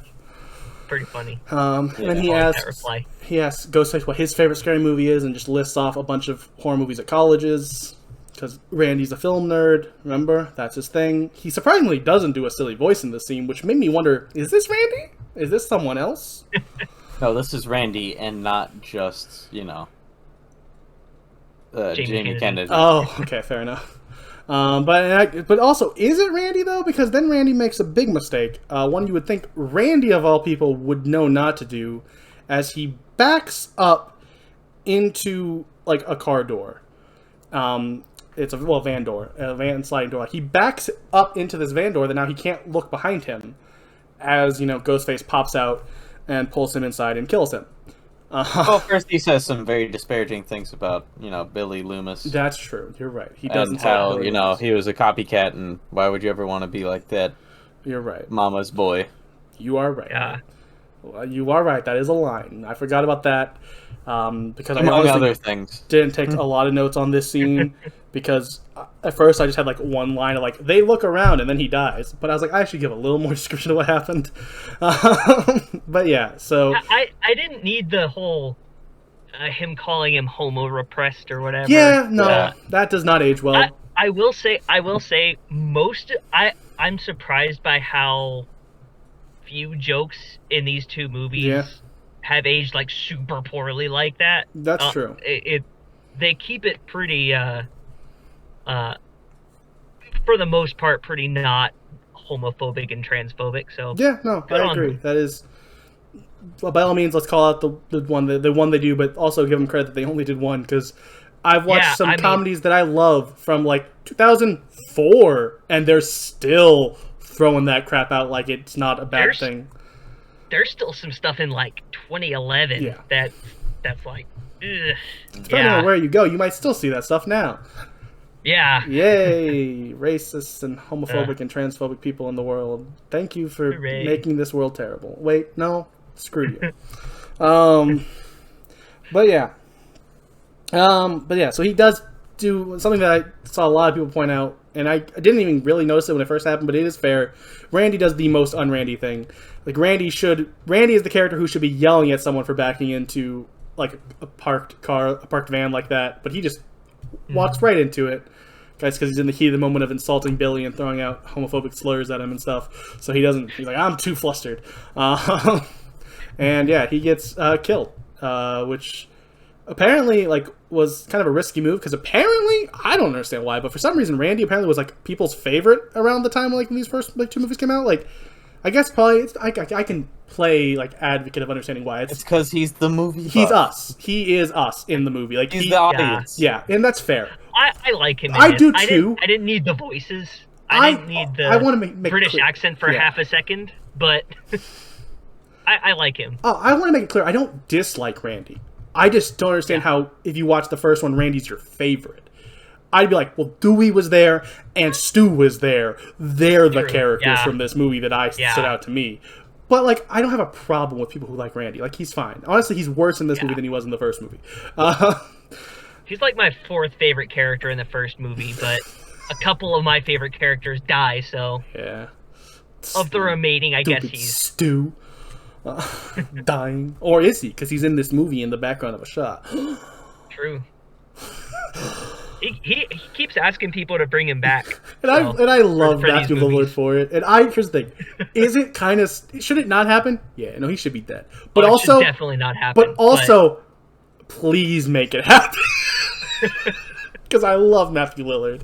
And I will completely choose to suspend my disbelief on the stupidity that would be bringing him back, because that means Matthew Lillard is back. And I'd be like, sure, he lived. Yeah, he's right. You could live from a TV crushing you. Let's ignore the fact that he was already feeling a little woozy here before that. Like, he was dead before the TV fell on him. But he's right. You could live from a TV falling on you, so he should be alive. Bring him back, please. Please bring him back. Radio silence. When you make Scream 6, bring him back, please. It happened. It could. It happened. Especially because, they wouldn't pay Sidney enough to come back, and have Campbell enough to come back to play Sidney, so, might as well, We'll buy the rights. That'll be the first thing on Horror Bois Productions. We can't afford Scream. You know how much these movies make? We could do it. No. We'll move on, though. Give it 10 years, we'll be there. He gets killed, honestly, like, brutally. Like, there's a lot of blood all over him. Then Joel reunites with his, Dunkin' Donuts with Gooey, and they discover the body. Oh no, Randy's dead. In the library, Sidney gets a threatening instant message before an in-person, very imposing Cotton Weary, who wants Sidney to do an interview with him for Diane Sawyer. When she refuses, he gets very mad and starts yelling and kind of grabbing her before he eventually gets, arrested by the cops, and who are, not the cops, but they are cops, I guess. The agents who've been tailing Sidney the whole time.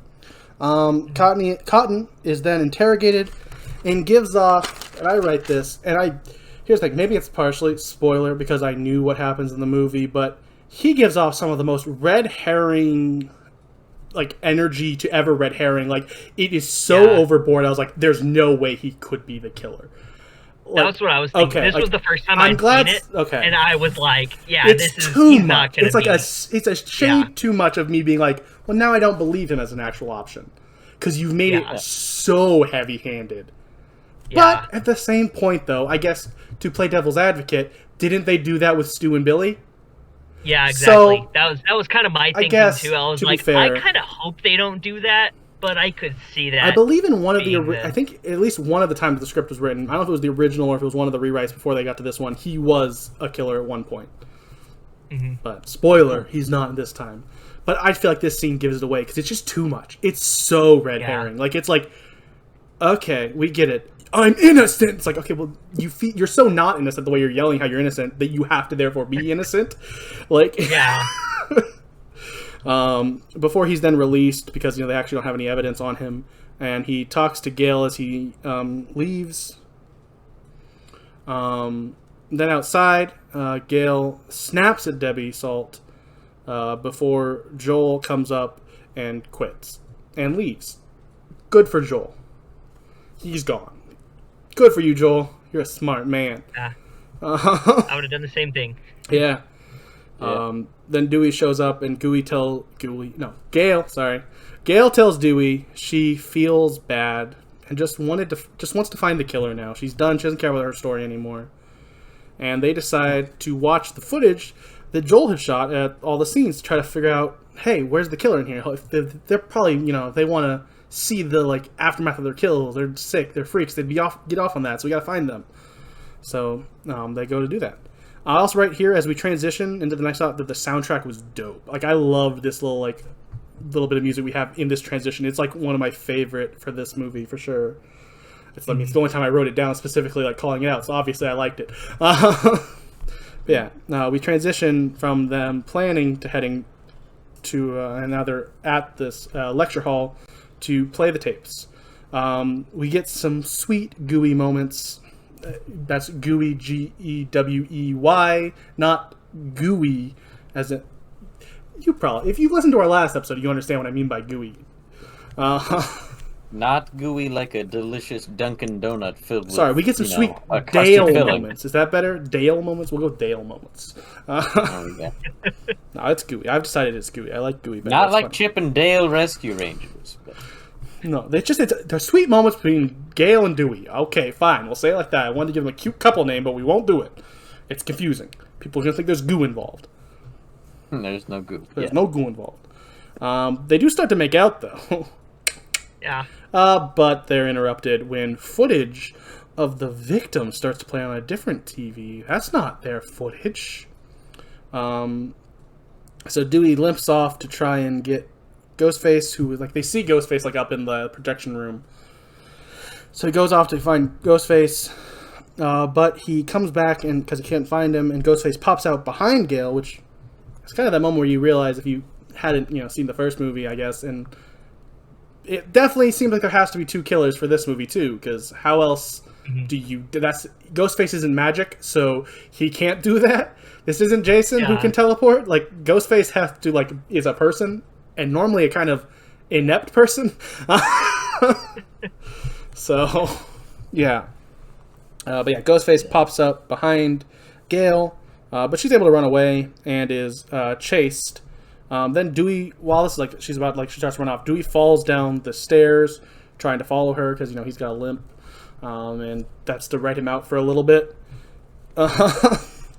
Then she hides in a recording studio. And I really love this little scene as we go back and forth because, there's a lot of her sneaking and hiding that I'm not going to write down every little she hid behind this wall, but she hides in this recording studio before Dewey shows up on the other side, but he can't get Gale's attention because of the soundproofing, and then Ghostface stabs Dewey as Gale watches on, and it's awesome. That whole sequence, great. It's so well shot. Yes. They do such a good job of establishing tension purely with camera work and angles. So only you can see where both of them are. I love it. It's so good. It's great. I wish I could have took better notes for it, but also there's no way to. It's awesome. It would sound. It's a cat and mouse kind of thing. If you talk it out, it sounds it's silly. A cool cat and mouse thing in a recording studio space, and it's done really awesomely.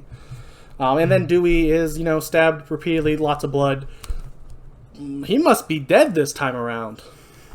Barely. Yeah, there's no way they could bring him back again. But she is able to... At this point in the movie, I still kind of thought it might be Dewey. I was hoping it wasn't, but I was like, I wonder if they're fake killing him. Because this was the kill that was in front of somebody. So I was like, maybe it's him. I was hoping it wasn't, but... Because he's dead, guys. Obviously, look at him. He's dead. Yeah. Dead. Very dead. But she's able to barricade the door to protect herself. She pushes this thing down as Ghostface tries to get in after that and just can't. It's a really cool scene that ends with all that. But yeah, then we head back to Sydney, who runs into Derek as her and Hallie are being taken to a safe place by the agents. After they leave, Derek is abducted by his frat and is taken to a party on the stage of the play, the classic frat party where you do that to punish him. I guess it's hazing. I guess, I don't know. It's a weird little tiny subplot here. I think it's at this point where we see him get hung up on this little cross-like thing that we saw earlier when during the actual scene where we saw the play happen, a little bit of it. But yeah, he gets hung up and is being kind of tortured here. By tortured, I mean waterboarded with beer. So yeah, I don't know.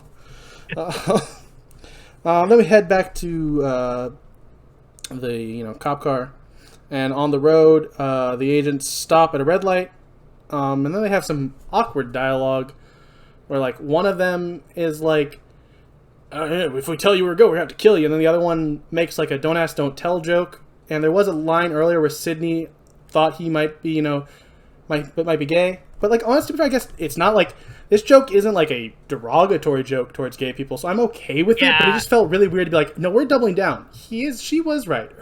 She has a gaydar, and she knew he was gay. And it's like, all right, cool. Like, she wasn't rude about him being gay earlier, so it's not like it was a derogatory way. It was just kind of her being like, hey, no, don't have feelings for him, Hallie, because he's, he doesn't want you. I don't know. Yeah, and I guess this is them confirming it. I guess. I don't know. It was a weird. Yeah, it was a weird moment. I was like, I don't think we need that. And then the specifically the potentially homosexual one is killed immediately by Ghostface. Yeah, I don't know. If you want to read more into that, I guess you could. I'm not going to. I don't think it's meant to be, but yeah. He has his throat slit by Ghostface, and then the other gets pulled out of the car and is beat up, but he does not get killed because he's able to point a gun at Ghostface, who's now behind the wheel. But then Ghostface, before he's able to shoot him, Ghostface runs into him and then drives a quarter mile down the street before eventually running into a construction site and brutally killing that agent by sending a piece of rebar through his head and into the window. It's rough. Really cool looking. I loved it. It's because they show it awesome. More than you'd expect, and especially these movies. It's one of the things you could say as a complaint of Scream. I wouldn't, but I could understand it. There's not a lot of gore, but this movie went, hey, look at this. But you know why? Because it's a sequel, and that's the rules. They have to. Randy said so. And yeah, that does kill that guy, but it also knocks out Ghostface. So Sydney is able to escape. Or does it? No, it does. No, that's a little he's knocked out for sure. No, or does it? No, he did. No, it does. Did you watch the movie? Did you stop watching at this point? No, yeah. So Sydney is able to crawl over him. There is a little scare where she accidentally hits the horn, but Ghostface doesn't move. So I guess he definitely is knocked out. Oh, he's acting. Oh. No, because then he would have just killed her there. He's obviously knocked out, or he would have killed her. They wanted to kill her. Well, that's the third rule: is you can't kill the main girl. Oh. But that's actually not true in any other sequel, because Scream is kind of a weird franchise where the survivors are the stars, not the killer. Every other franchise, it's all about the killer, and the survivors normally die or are never brought back and never talked about. Yeah. But yeah, so she's able to escape out through they break the back of the car, the little fencing thing that separates the backseat and top car of him. Yeah, and they're able to crawl through that little hole and crawl over him. She gets out, and then she has, she goes to try to open the door for Hallie, but it's jammed. So Hallie has to also get out over him, and does. It's crazy. Lucky. I thought that was. I was ready for. I was ready for him to get her there. No, you're definitely supposed to think Hallie's about to die, as she has to go over him now. It was good suspense. I agree. And then Sydney, after they get away, is I have to go find out who it is. Which, here's the thing. I get it. But also, why didn't you, grab the gun from the thing immediately before you even get Hallie out and just kill the guy? If you really want this, Ghostface dead. Fair. Kill Ghostface. I'm not opposed for Ghostface killing. Yeah. Unless it is Ghostface doing the killing. We discussed that earlier. We, as a podcast, do not support that. Yeah. Don't do that. Not nice. But if you are going to do that, please still keep supporting us. But yeah, so she, after they've made it out free, she decides, I'm going to go back now. And she gets over there, but Ghostface is gone. And she turns around and looks over to Hallie, and Ghostface is next to her, and he kills her. And Sydney runs away. It's cool. Yeah. They made you think Hallie would die over there, and then when she didn't, you almost probably thought, you have a sense of I guess Hallie's going to survive here for a little bit, and then immediately still dies. So, cool. You have that sort of sense of relief, and then you just immediately kill that. Good stuff. Good movie. What were you going to say, Chris?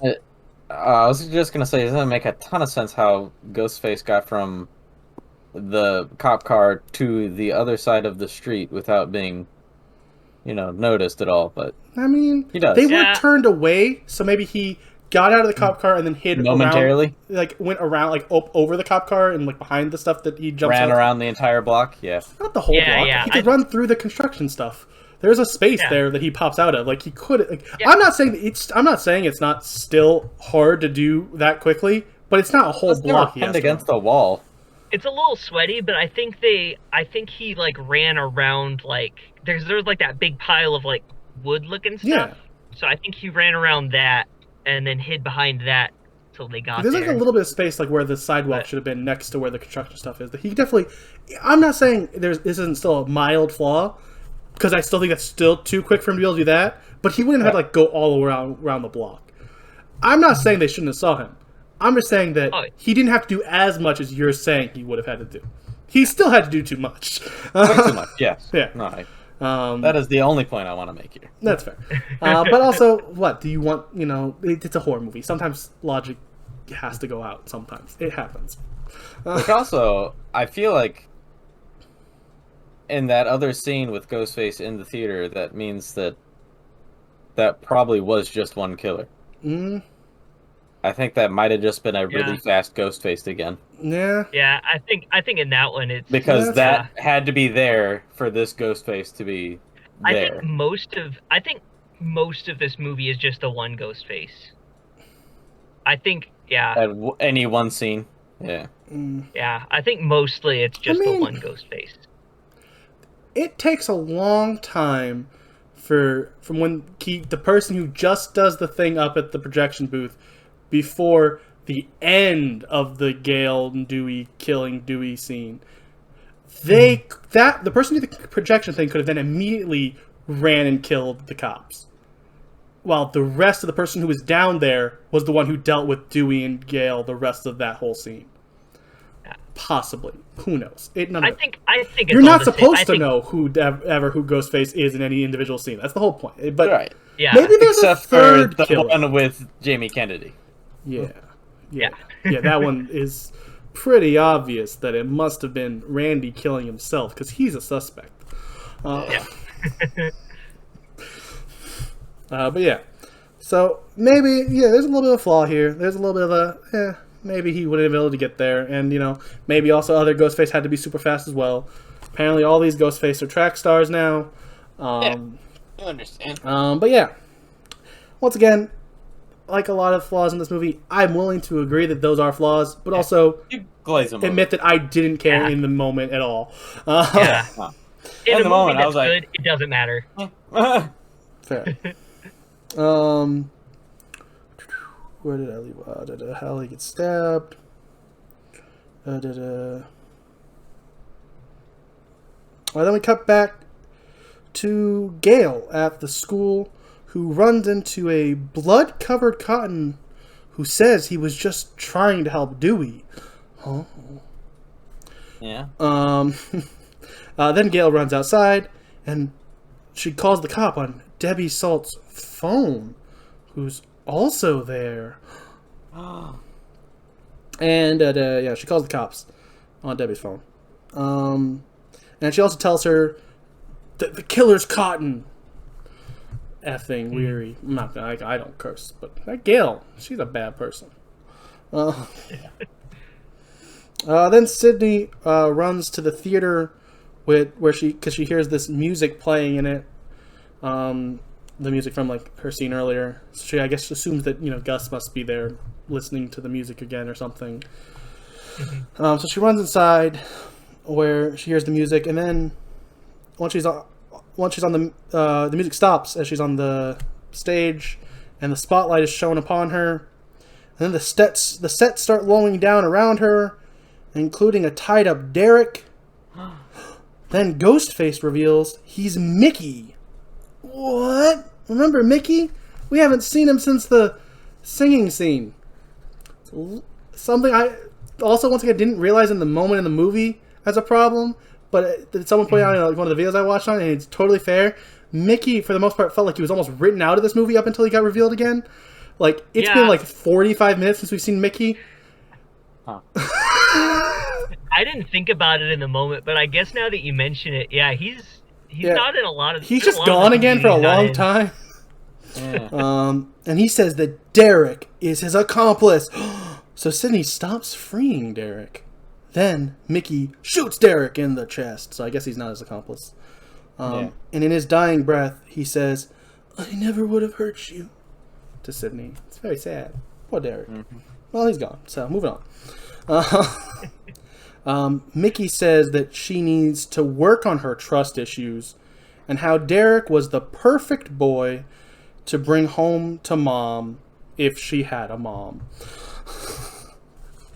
I thought that was a great line. That's like, oh, dang, Mickey. Yeah. You're so fine. You're so fine. You blow my mind with that line, Mickey. Hey, Mickey. That's fair.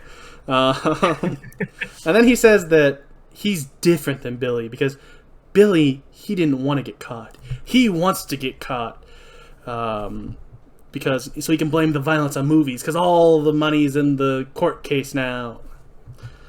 And during his monologue, Sidney is able to use her necklace to cut Mickey in the face and then kick the gun out of his hand to make him drop it.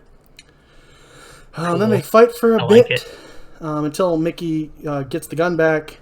Then Derek is raised into the sky and Mickey says it's his partner. And in walks Gale! Followed by a gun-wielding Debbie Salt, or as Sidney reveals, Mrs. Loomis. And Mickey confirms it's Billy's mother.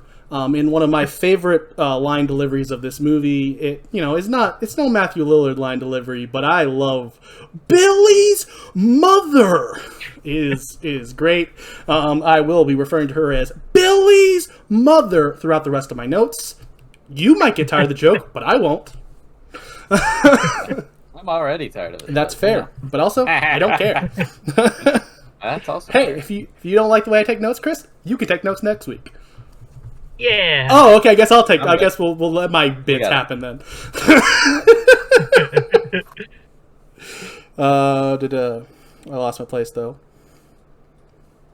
Billy's mother. Billy's mother. Favorite line delivery. Billy's mother, who's apparently lost 60 pounds and got some plastic surgery, which is why Gale didn't recognize her. Apparently, Billy's mother and Derek, not Derek, it's supposed to be Mickey. I wrote the wrong name. Mickey met on on psychopathsonly.com, apparently. There's some psychopath website they met on. They did. Yeah, there's only 97 active serial killers in the U.S. How lucky I thought she was saying that the classifieds were basically psycho.com or something. Maybe. I thought that was what she was trying to say. It could be. I just thought it was a little bit of a... Most people don't understand the internet quite yet, so we can use the internet as our excuse for how they met. And, fair. But it's like, okay, so... Or maybe maybe there really is a psycho chat room or something that they met in. I don't know. The psychopathsonly.com was a joke on Farmers Only. They did not say that in the movie. I'm sorry. I have to admit, I'm trying to make this somewhat of a comedic podcast. I'm sorry. I won't do it again. I mean, I will. You. But, and she funded him by paid for his college, and then also she then, after talking about how she's, we find all that, she immediately just turns on him by shooting him repeatedly and on his way down, he gets a shot in Gale's side, and she tumbles off the stage. Yeah. I thought this whole last sequence, I was into it. I love it. I respect that. Billy's mother reveals her motive is, just revenge for Sidney killing Billy. It's fair. I guess that's fair. Sidney says Billy's mother is just as crazy as her son. was, and then makes Billy's mother quite angry. And she rants about how it's Sydney's mom's fault Sydney distracts her by making her look over at Mickey. She's like, hey, is Mickey supposed to be getting back up right now? So Billy's mother turns around and Sydney bashes her with a beer bottle. And then she runs away, and she's in the back, and Sydney uses a fire axe to drop a light on Billy's mother, but she rolls out of the way. Then Sydney destroys the set around Billy's mother. I'm even getting tired of it now. That is a lot. But I'm committed. And then she eventually buries her in some foam debris. Obviously, that's the end. She fell in some foam. It's over. Oh, wait, no, it's not, because she's back, and she pops out of a, like, behind a curtain, and they end up in a, like, hand-to-hand fight back and forth before Billy's mother gets the upper hand. And when Cotton shows up, and after circling a bunch while Sydney explains everything to Cotton, and he's just kind of like not... And Billy's mother is making crazy eyes the whole time, and like, yeah, come on, kill her. You want to do it? Yeah, totally. She put you in jail. Yeah. And Sydney then she knows how to get to Cotton's heart, and she's like, I'll do Diane Sawyer.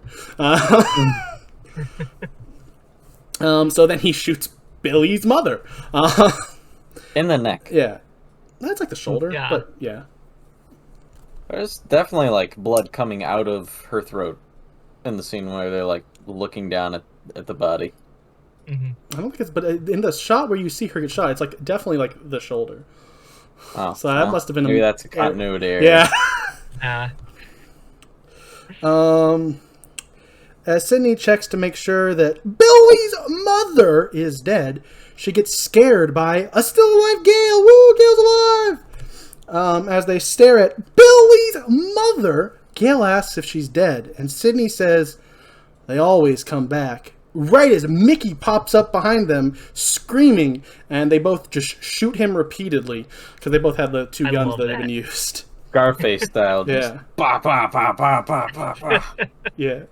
Then Sydney, she puts, one bullet into Billy's mother's head, just in case.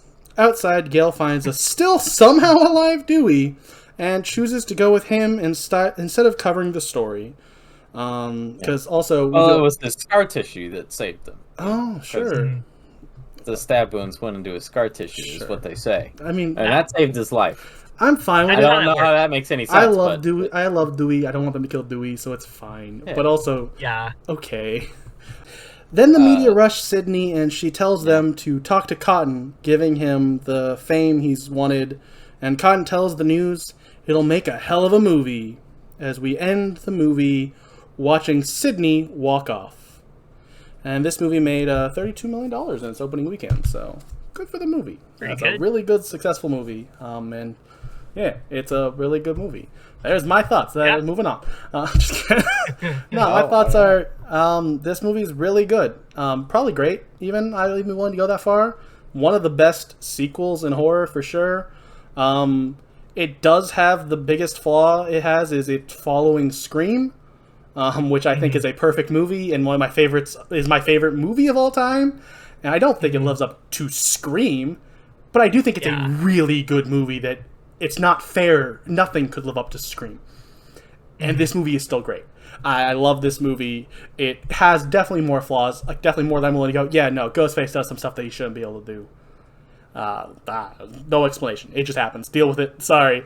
But I do overall enjoy it. I love Billy's mother, the line, as well as I think the character is kind of cool. But yeah, it's a good movie. It's not as good as the first, but what could be. Yeah. That's my thoughts. OG Chris, it's your turn on the floor. Billy's mother. All right. All right, cool. Moving right along. Yeah, I mean, Austin pretty much summed up most of my feelings on this movie. and that it is a really solid movie. Not as good as the first one, but that's a pretty hard mark to hit, especially for any sequel. But I do appreciate, the element of self-awareness of them making a sequel, and also talking crap about how sequels are almost never as good as the first. And it's just like, yeah, they know, but also they still did a bang-up job and are way better than most sequels ever are. It's no House 2, the second story, or I think that was the one that they made a joke about in the scene. And are we setting up for the best horror franchise that we've watched so far and maybe ever? I mean, probably. My opinion, maybe. Spoiler alert. I have thoughts, and it's one of the best. There's one other that I'd maybe consider, especially when it comes to consistency.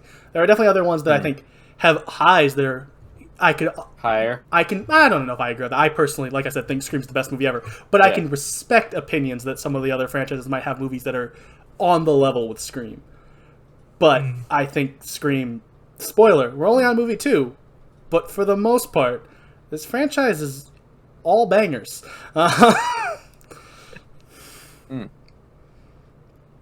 It's your turn, Chris. I cut you off there. Yeah. You talk about how I love this franchise. Yeah, no, I think this is a really good movie. Obviously, it's not as good as original Scream, but I don't think like you said, I don't think anything could live up to that. This did feel extremely pre 9/11. This is one of those movies that just made me really realize how much media changed after 9/11. Because this movie just, even though it's like obviously dark, it's about a serial killer, it just feels really optimistic in a way that nothing really has since 2001. Fair. And that was just something I was going to mention that earlier, and then because especially in the early scenes, I was just like, this feels very pre 9/11 in a good way. I mean, yeah, but it's a great movie. I really enjoyed it. Really well shot. Wes Craven, great. Yeah. Yeah. I will add one last thing on my thoughts. Something I realized while watching this movie. This is the first horror movie I ever watched. Like, I watched this before Scream. So like I watched this on TV at TV Edit, and I went, oh, I need to see the rest of this. And then fell in love with Scream, and then, for the most part, said, I don't like horror until we started this podcast. But this movie definitely deserves credit on its own merit of being the reason that maybe would have ever even made me even think that I liked any horror was this. So, like, credit to that for that. Like, I mean, I'm here because of that. But yeah, I love this movie. It's not as good as the first, obviously. I hate to keep bringing it up. Yeah. I hate that we have to compare it to the first, because it's not fair to this movie. Because this movie, like, if you ignore the first, this is a great movie. And if you, like, compare this to pretty much any other horror sequel, it's a great movie. Like, so many other horror sequels are not that good. Or there's some that are good, but, like, especially if you compare to, like, horror number 2s, a lot of those are okay and have a little bit of issues. And it's like, oh, well, 4 was a good one for, or whatever it is for which franchise you're talking about. But, like, this is one of the best horror sequels, and it's awesome, and I love it, and I can't... Oh, no, sorry. I was just going to say, I think it helps that they brought back Wes Craven and Williamson for this. I think that makes all the difference. Yeah, help maintain that level of consistency. Yeah. And the quality, And we'll find out how true that might be next week when we watch Scream 3 that still has Wes Craven at the helm, but Kevin Williamson is not involved. And it's also considered one of the worst of the franchise. But also, like, I'll say here, already, I'll probably bring it up again next week because that'll probably be my thoughts at watching it, is if Scream 3 is the worst movie in your franchise, man, do you have a great franchise. Because it's definitely the worst of the Scream movies, but it's still not terrible. We will watch Scream 3 next week. If you like this podcast, we are on all the podcast apps, if they're Spotify, Google, and Apple, and that's it. And those are all of them. So if you like us Those there, are all of them. yeah. 5-star review, and I don't know, that's it. That's all you can do on podcast apps. If you watch this on YouTube, hey, give it a like. Watch the whole video. Leave a comment. Tell us your thoughts. Tell me how you hate how I talk too much. I respect that opinion. But yeah, we'll be back next week. I've been Austin, joined by Chris and other Chris. Bye-bye! Bye-bye.